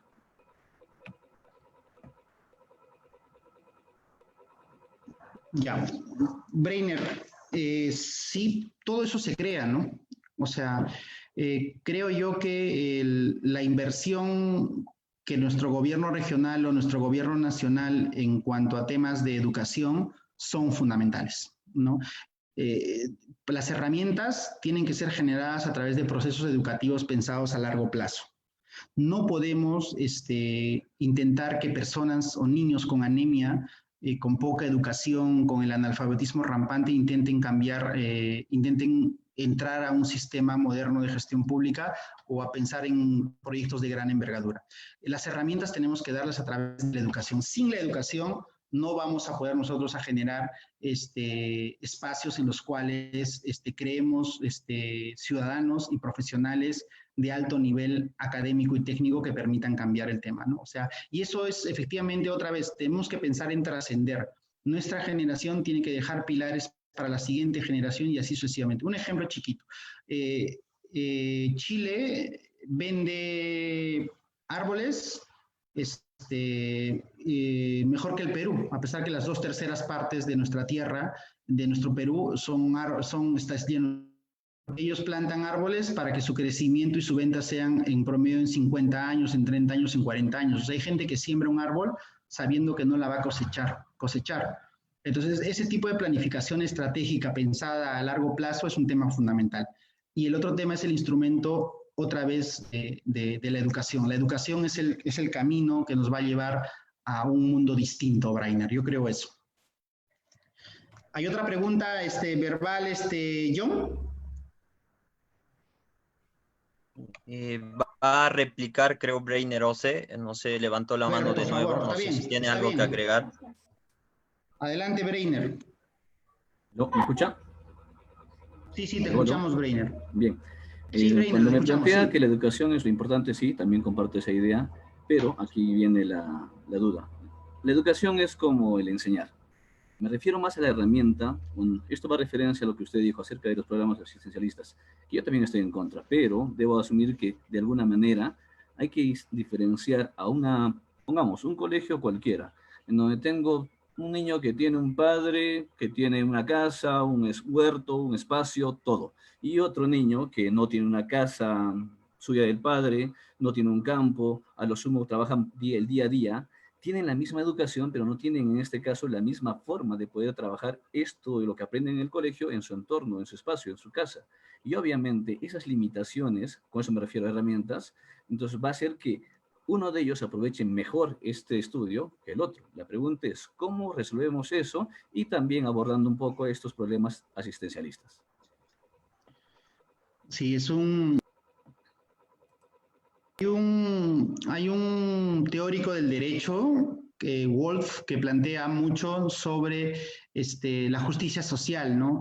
Y él dice que lo que él busca es buscar la igualdad de oportunidades para grandes sectores del país y lo que busca es combatir la desigualdad, dice eso. Yo siempre lo tengo en claro eso, porque cuando tú generas igualdad de oportunidades, mejoras los procesos para que personas que no tienen condiciones puedan asistir. Por ejemplo, muchos de nosotros, creo que al igual que tú, somos hijos de campesinos, entonces los descendientes de campesinos no hemos tenido en su momento ni computadoras ni libros, pero probablemente no hayamos tenido anemia de haber tomado la leche de la vaca, qué sé yo, la sangrecita de los animales, y el no tener ciertos procesos de anemia nos generaron ciertos procesos cognitivos que nos ha permitido, aun cuando no teníamos las condiciones que otros tengan, de poder desarrollarnos.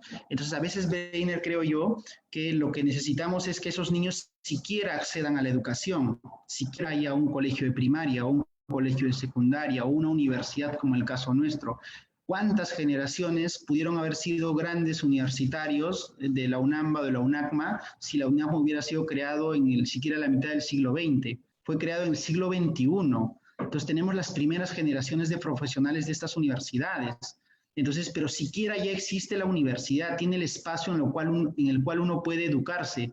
Entonces, ahí estamos igualando oportunidades al menos. Claro que las condiciones van a ser diversas, eso es clarísimo, ¿no? Pero ahí está el Estado todopoderoso, porque el Estado es un monstruo, como decía Thomas Hobbes en el Leviatán, donde el Estado tiene que entrar y articular a ese tema, ¿no? Por eso necesitamos mover y pensar bien, planificar bien cuánto de instrumento, cuánto de dinero tenemos que dar otra vez al tema de la educación como elemento fundamental. No podemos, y no tengo una receta finalmente, porque finalmente nosotros como estudiosos de la ciencia política lo que nos basamos es en el policy, que les llama el informe técnico, ¿no? El policy, que es el informe técnico, tiene que ser desarrollado. La escuela de gobernabilidad tiene que hacer informes de investigación que nos lleve a tener data para intentar enfrentar un problema como el que tú señalas.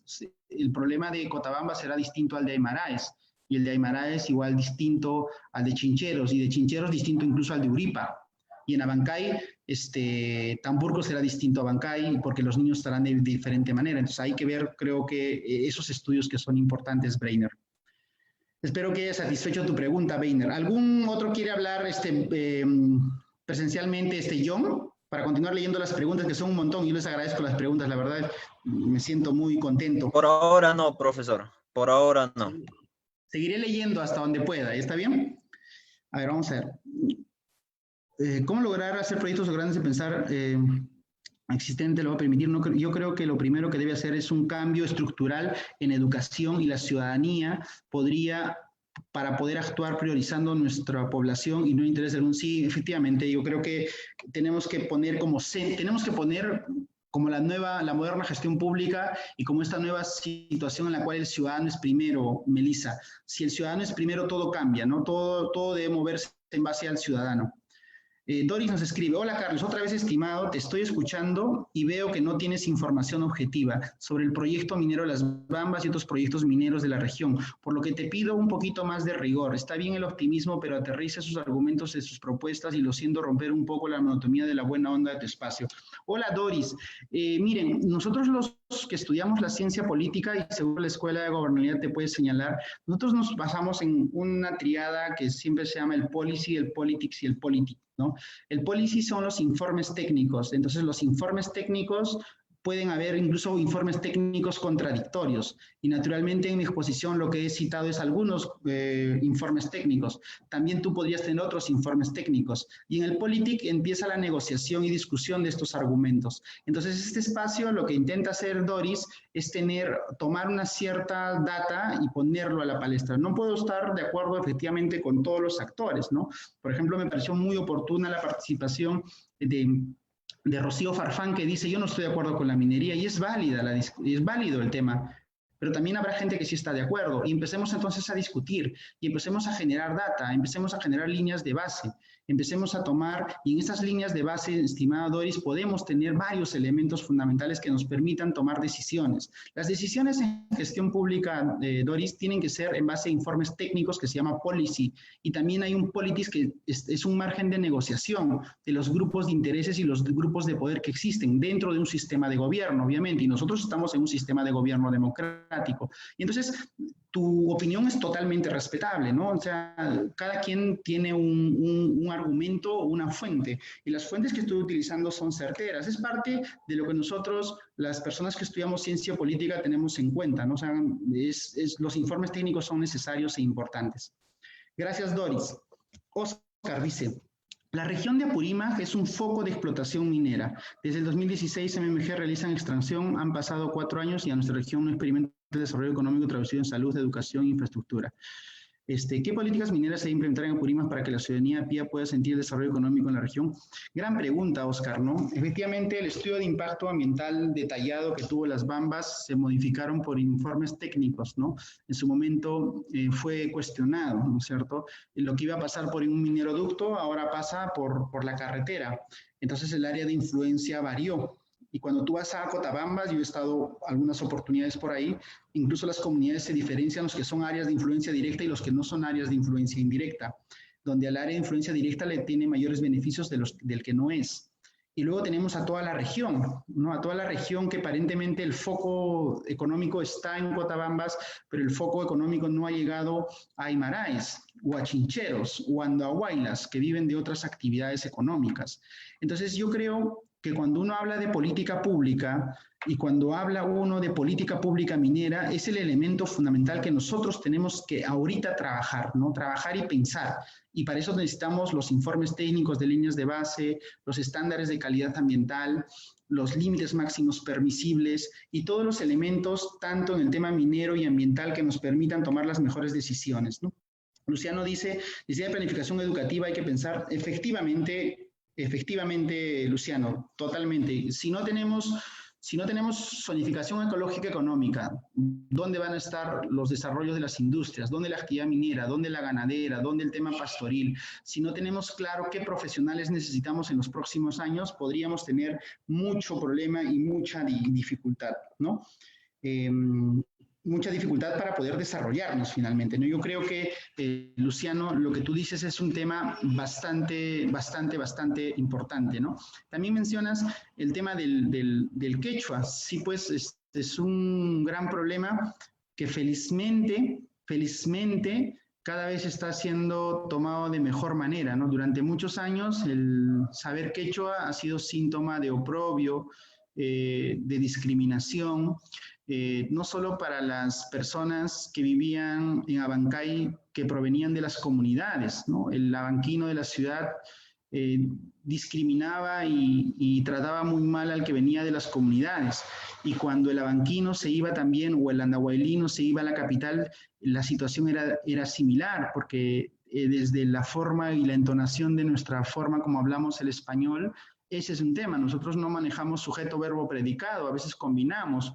A veces le ponemos el verbo al final o el conector al final. Entonces, eso ha sido un gran tema que nosotros tenemos mucho que ver. Yo creo que la revalorización del quechua como tema fundamental de nuestro proceso identitario de construcción es fundamental, Luciano.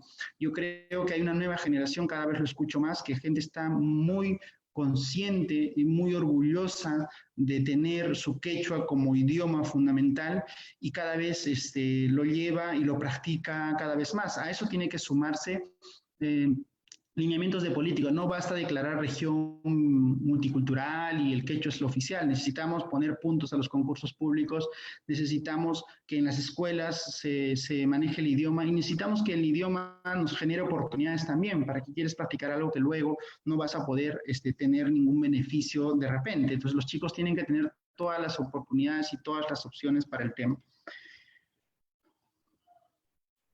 Rocío dice, no es que no esté de acuerdo con la minería, pero no lo veo con optimismo, porque como el país no hemos hecho buena experiencia del proceso de aclaración de 2014 años después, Cochabamba sigue siendo la provincia más pobre y ahora nos ve una provincia más desconectada, sin no buena carretera ni salud. Sí, Rocío, y yo me acuerdo en un viaje que tuve a Cotabambas, a media hora del proyecto minero, una niña sin zapatos me alzó la mano. Ese momento me partió el alma porque decía, si este es el proyecto económico más importante de nuestra tierra, que genera el PBI más para el país, ¿cómo es posible que a media hora existe una niña descalza pidiendo una propina, ¿no?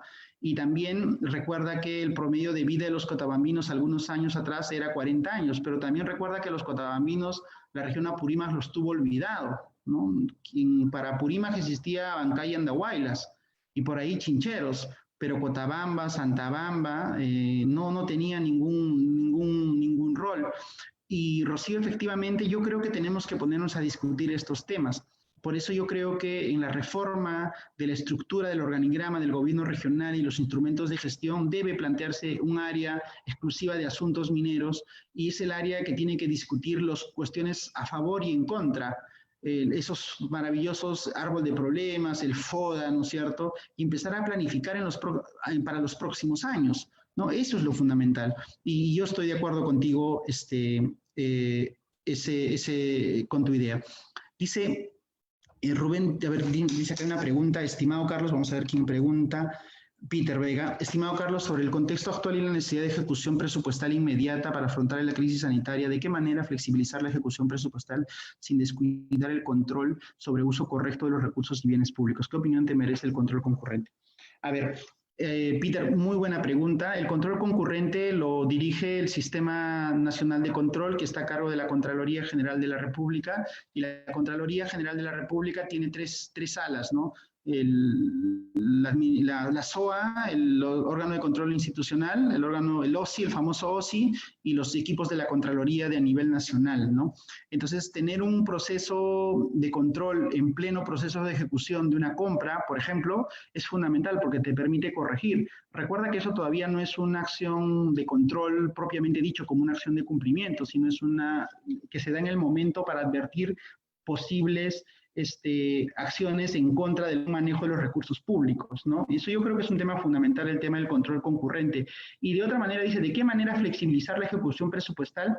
Bueno, el estado de emergencia ya te da la posibilidad de flexibilizar, por ejemplo, el tema de contrataciones, ¿no? En el tema de contrataciones, por ejemplo, ya no tienes que hacer el proceso de selección.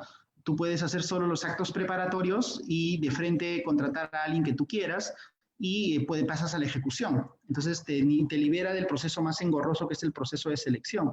Lo malo es, estimado Peter, es que cuando la gente se aprovecha de esta etapa y escoge a su amigo o a alguien que solo le va a beneficiar a él, ¿no? Ese es el tema. Cristian dice... Hay una pregunta, profesor Carlos. Hay una pregunta de Renzo que quiere hacerlo verbalmente. Le voy a dar pase al micro. Claro que sí.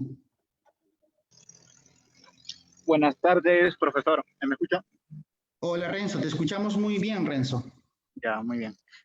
Yo creo que se debe tomar en cuenta hasta el mínimo porcentaje de ingresos económicos que hay en la región, porque la realidad de Apurímac es la de una región minera, ganadera y agricultora. La creación de organismos autónomos que regularicen, fiscalicen y hagan cumplir con los estándares éticos, ¿no? Porque la gente no solo quiere promesas, ellos quieren hechos.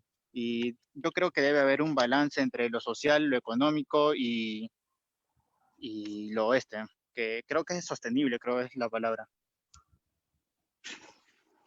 Sí, Renzo. De hecho un principio de la Ley General del Ambiente está relacionado con el principio de sostenibilidad, del término último que has utilizado. Y el principio de sostenibilidad dice que tú tienes que pensar en las generaciones futuras. Entonces, cualquier acción que afecte al medio ambiente tiene que pensar siempre en las generaciones futuras.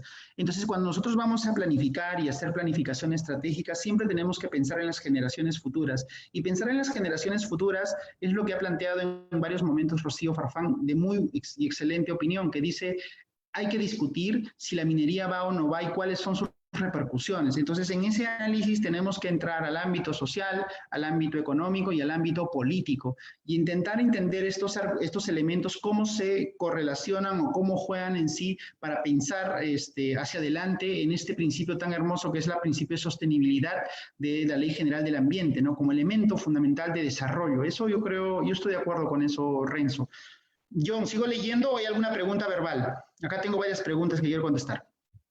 Siga leyendo, profesor Carlos. Está bien.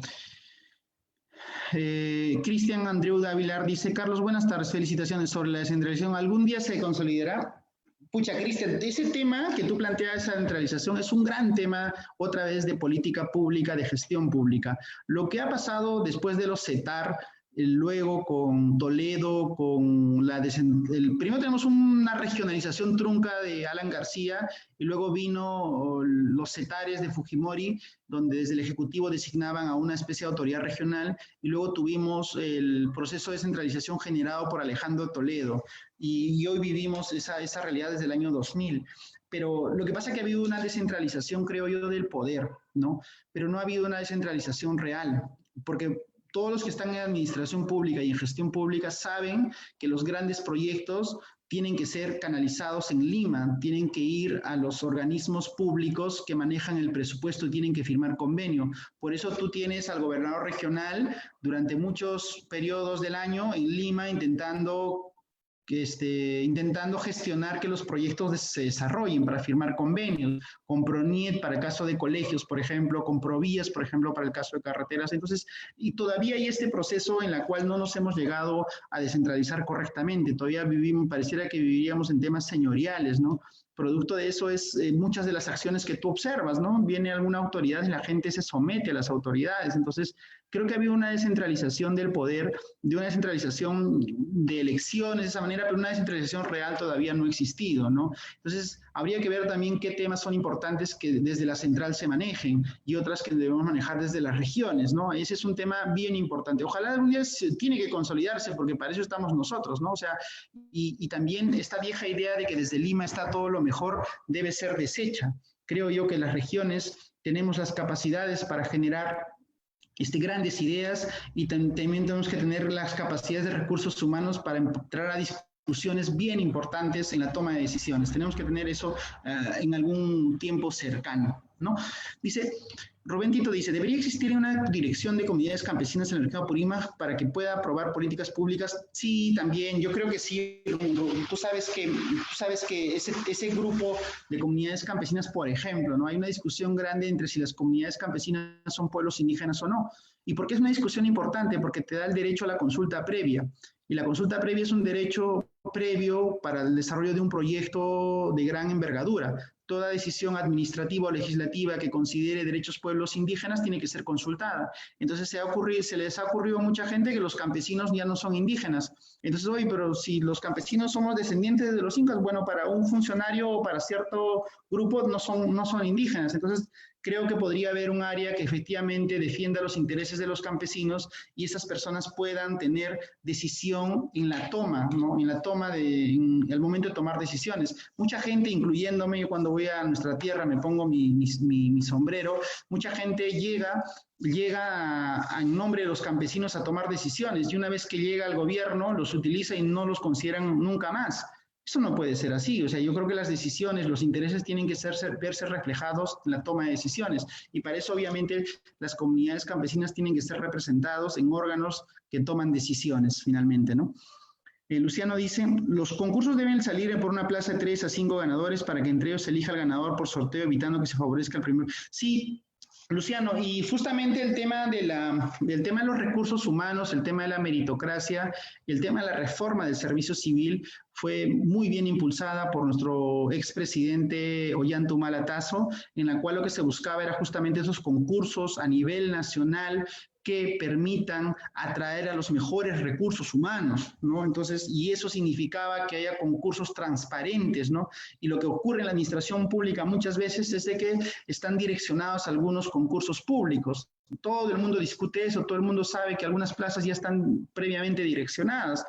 Entonces yo creo que ahí la reforma del servicio civil, tal cual está planteado ahora, donde los gerentes públicos podrán tener sueldos igual que un régimen laboral 728, es un tema fundamental, ¿no? Entonces creo que la reforma del servicio civil es un tema fundamental, es un tema trascendente y yo comparto contigo que debe mejorarse en el tema de los concursos públicos. Bueno, que ganen los mejores, ¿no?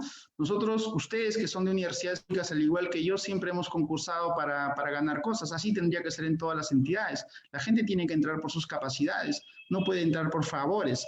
Y yo creo que eso ayudaría mucho, ¿no? De hecho, hay muchas experiencias a lo largo de la historia de gente que ha entrado sin favores y que ha llevado al desarrollo de sus pueblos, ¿no? Eso es un tema fundamental. Melissa dice, las políticas públicas deberían de estar diseñadas para priorizar cualquier producto o recurso a nuestro nivel nacional y que los ingresos económicos realmente apoyen a la población. Obras, herramientas, ¿cómo se dice primero? Y nuestro sí. La política pública y la gestión pública, Melissa, son como dos caras de la misma moneda. La política pública tiene que ser hacia dónde quiero ir y la gestión pública es la operativización de la política pública. Entonces, Melissa, lo que tú dices, primero lo nuestro y después el resto, esa frase debería ser la política pública. Entonces, cualquier decisión de política pública tendría que tomar en cuenta eso. Por ejemplo, si yo decido tener grandes represas en Apurímac, bueno, mi política pública será las represas para brindar agua a mi región. Si yo deseo llevar una hidroeléctrica, yo diré que primero venderé la energía eléctrica a mi región, a las empresas o a la industria que se puede generar. No puedo vender energía a otro lugar, sino primero a mi región. Entonces, cuando yo voy a elaborar la política pública tiene que tener estos elementos enlazadores o principios o valores que efectivamente ese podría ser uno. Primero lo nuestro y después el resto. O Apurímac para los apurimeños. En eso estamos completamente de acuerdo, Melissa. Cristian Andreu Aguilar señala, Carlos, una pregunta. Quisiera saber tu opinión sobre el ingreso de alimentos genéticamente modificados, su consumo y su producción. Bueno, Cristian, tú sabes que los alimentos genéticamente modificados han sido prohibidos en gran parte de los países desarrollados, porque dice que generan ciertas condiciones en malestar del cuerpo humano.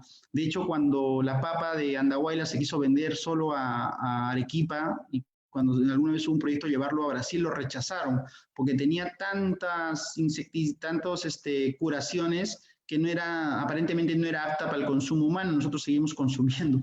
Entonces yo creo que estos productos genéticamente modificados tienen que ser vistos por estándares internacionales y siempre por lo mejor que cuide la salud de los seres humanos, ¿no? A ver, ahí dice, ¿cuál es la perspectiva económica en un mediano o largo plazo? Dado que nuestra región es considerada una de las más pobres a nivel nacional, ¿será posible pensar en proyectos de envergadura?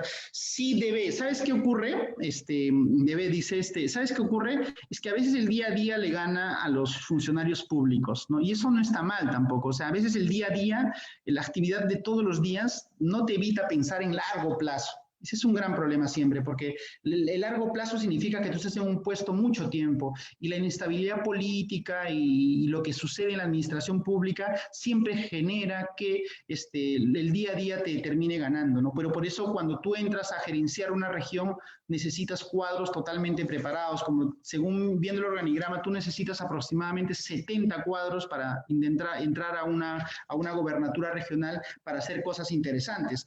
70 cuadros altamente calificados es un montón de profesionales. Entonces yo creo que ese es un tema fundamental que hay que ver. Tener esos planes para ejecutar de inmediato significa tener un plan claro y la gente, los cuadros políticos y técnicos preparados para avanzar en el tema.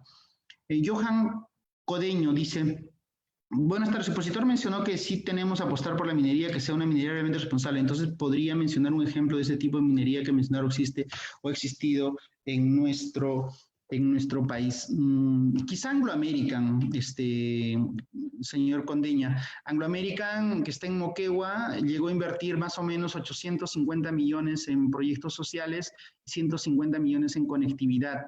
Y en su momento llegó a generar que Moquegua sea la primera región en educación a nivel del Perú, ¿no? Y también existen en otros lugares en los cuales las comunidades se han vuelto socias, estoy hablando en Canadá, donde se cumplen claramente los estándares ambientales, los límites máximos permisibles y los ECARs, los estándares de calidad ambiental, los ECARs de agua, cielo, agua, suelo, ¿no? Y aire. Entonces yo creo que esos elementos son fundamentales, ¿no? Que son importantes. Dice Paul Paniura Álvarez, dice, sabemos que en Apurímac nuestra economía se mejoró gracias a la minería. Conozco muy de cerca el proceso de la minería en Apurímac y todos ellos maquilló transparencia por parte de las transnacionales, pero al final de todo el proceso se ve mucha corrupción, aprovechando así la ignorancia de los pueblos, encerrándose así que entre los cuatro paredes con los famosos convenios. Realmente no genera desarrollo. Paul, yo tengo un reclamo siempre a nuestros gobernantes de hace algunos años. Mira, si hace algunos años, mientras ciertos grupos que ahora también existen señalaban que la minería no era importante y durante esos años, en los años 70, 80 y 90, todas las comunidades de nuestra tierra debieron haber sido dueños de las concesiones mineras. Y hoy día estaríamos en una discusión diferente, donde seríamos dueños de las concesiones mineras, dueños de la superficie y el proceso de desarrollo sería distinto. Existen ciertas ideas también de gente que no está en contra de la minería. Yo no estoy ni a favor ni en contra. Yo creo que debe utilizarse cuando corresponda. Y ese tema de esos discursos generaron que nosotros, las comunidades campesinas, no seamos dueños de nada. Somos dueños de la tierra que está encima y ni siquiera somos dueños en registros públicos porque son posesiones. Dueña es la comunidad, pero las personas no son dueñas de los terrenos que tienen. Entonces esos temas han generado mucho problema. Entonces hemos tenido durante 30, 40 años discutiendo ideologías o planteamientos externos cuando nosotros pudimos haber sido dueños de nuestras concesiones y la discusión ahora sería distinta. Imagínense a la comunidad de Mara, ¿no es cierto? O todas las comunidades de Cotabambas, ¿no es cierto? De Tambobamba, dueñas de esas concesiones mineras. La discusión sería distinta. Por eso yo creo siempre que tenemos que analizar claramente en un momento determinado qué rol vamos a tomar en los próximos años. No podemos caer, como hace años pudimos haber sido dueños de las concesiones y ahora no lo somos. Entonces ahora tenemos que buscar el mejor mecanismo que permita que los grandes bolsones de los ciudadanos tengan mayores oportunidades, se beneficien de ese proceso y proyectos educativos de salud que permitan desarrollar a nuestra región. Sí, sí, Luciano, yo estoy de acuerdo contigo. Habría que hacer el análisis cuánto valdría una hectárea y cuánto comprar tierras planas y modificarlas, ¿no? El problema también sigue siendo el agua y también mejorarlas, convertir las zonas de pasto a tierra agrícola, que es un tema fundamental, ¿no? Eso sería importante. El señor Freddy Paniura Álvarez dice... Sí, dice Lady Guamaní Mendoza pregunta, ¿por qué ahora las personas quieren regresar a sus precedencias? Ahora sería factible que se llegue a dar políticas comunitarias en la agricultura para sustento de cada ciudadano en la dinámica de la mesopolítica. Entonces, Lady, ¿por qué desde que ahora las personas quieren regresar a sus procedencias, ahora sería factible que llegara a dar políticas comunitarias en la agricultura y para el sustento de cada ciudadano? Sí, yo creo que sí. ¿Sabes cuál va a ser el problema, Lady? Ahorita están volviendo alrededor de 15.000 apurimeños. Si una vez que lleguen y pase la pandemia, en sus lugares no tienen oportunidades, van a volver a salir. Entonces, lo que nosotros tenemos que pensar es qué cosa va a hacer que esas personas lleguen a quedarse y qué tipo de personas se están volviendo también, ¿no? Tenemos que pensar otra vez en discutir nuestra región de manera distinta. Ahora, si no pensamos, si no le generamos oportunidad a las personas que vuelven, ¿para qué los volvemos a tener? ¿No es cierto? Tenemos que tener un desarrollo distinto, ¿no? Pensar qué vamos a hacer con ellos, qué capacidades tienen al volver. De repente han desarrollado ciertas capacidades técnicas o ciertas capacidades profesionales que deben ser incluidas dentro de los recursos humanos calificados para entrar al proceso de administración de nuestra región. Efraín Herrera pregunta, ¿por qué grandes proyectos? Según Sterling, eso es centralismo, paternalismo y corrupción va desde una oficina alejada de la realidad, controlada por burócratas jugando con sus utopías. ¿Por qué los grandes proyectos, Efraín? Porque los grandes proyectos van a generar dinámicas de desarrollo importantes. Si unimos al Cusco con Abancay de una manera cercana, vamos a tener a un profesor europeo llegando al Cusco y luego a Abancay en aproximadamente 12, lo que le dure de Europa al Cusco y de Cusco a Abancay. Porque vamos a poder llevar nuestros productos fuera también, ¿no? O sea, tenemos que pensar en grande porque no podemos pensar... Si ustedes recorren Andahuaylas o Abancay, las casas antiguas que se volvieron en casas de bloqueta, ni siquiera fueron pensadas para que tengan autos, ¿no? Son casas de adobe, pero ahora con bloqueta. Las calles son chiquitas, no hemos desarrollado un proyecto urbanístico, arquitectónico de cómo queremos vernos. Tampoco hemos desarrollado un proyecto turístico, circuitos turísticos importantes. Entonces, cuando alguien viene, encuentra una ciudad que ha crecido en el desorden. Entonces, las grandes planificaciones tienen que tener eso en el tema, no solo de la minería, no solo de la agricultura, también del turismo y también del desarrollo de infraestructura arquitectónica, ¿no? Abancay es una ciudad bien bonita, igual que Andahuaylas, igual que muchas ciudades, Uripa es bonito, pero que tienen que ser, su crecimiento de los próximos años tiene que ser pensado y reflexionado en una forma de ver las cosas, siempre pensando en grande, porque eso nos va a llevar a discutir 30 años, estimado Efraín, que nosotros estemos discutiendo la nueva cura de los nuevos virus que van a aparecer. Porque si no, en 30 años lo que vamos a estar discutiendo vamos a esperar alguna ayuda de Lima o del mundo para poder sobrevivir en cosas que nos vaya a pasar. Luciano Bernardo Valderrama comenta, la minería es rentable para la gran empresa, debe darnos recursos para comprar tierras. Sí. Sí, muy de acuerdo con la opinión de Luciano. No podemos volver a ser mano de obra en los próximos años. Nosotros tenemos que ser actores del desarrollo de nuestra región. John, si hay alguna pregunta verbal, y yo, como te decía, tenía tiempo hasta las 6, así que si hay una pregunta verbal, con mucho gusto, y si no, quiero que me des unos minutos para despedirme. Bien, profesor Carlos Ramos, por ahora no hay ninguna pregunta verbal, estaríamos ya pasando a la parte final de la exposición. Adelante, profesor. Primero, otra vez, muchas gracias, muchísimas gracias. Sus opiniones me han enriquecido, espero haya satisfecho las preguntas que ustedes me han planteado. También reconozco que nosotros no pensamos igual. Todos en las mismas familias, las personas piensan diferente y uno mismo puede cambiar de opinión cuando se ha informado más, o simplemente una vez informado lo mejor posible, uno entiende que es otro el proceso de desarrollo que uno quiere, ¿no? Recuerdo mucho a mi abuelita que ella tenía un respeto hacia el río, hacia el Mayo, así que yo incapaz de cambiarle de su proceso de desarrollo con el agua, incapaz. Ella era lo que pensaba, a pesar que le informaba todo. Entonces, cada quien tiene un proceso de interiorización del conocimiento y de decisión, y eso es válido. Y toda sociedad siempre va a ser así. Toda sociedad, todo grupo humano tiene que pensar distinto, porque en el pensar distinto está el cambio. No una ni mala, sino opiniones que nos permitan construir para adelante. Y finalmente, yo auguro que la universidad, la UNAMBA, la UNACMA y la Escuela de Gobernabilidad se va a convertir en el foco de proveer los recursos humanos, técnicos, profesionales y, por qué no, políticos que nuestra región necesite en los próximos años.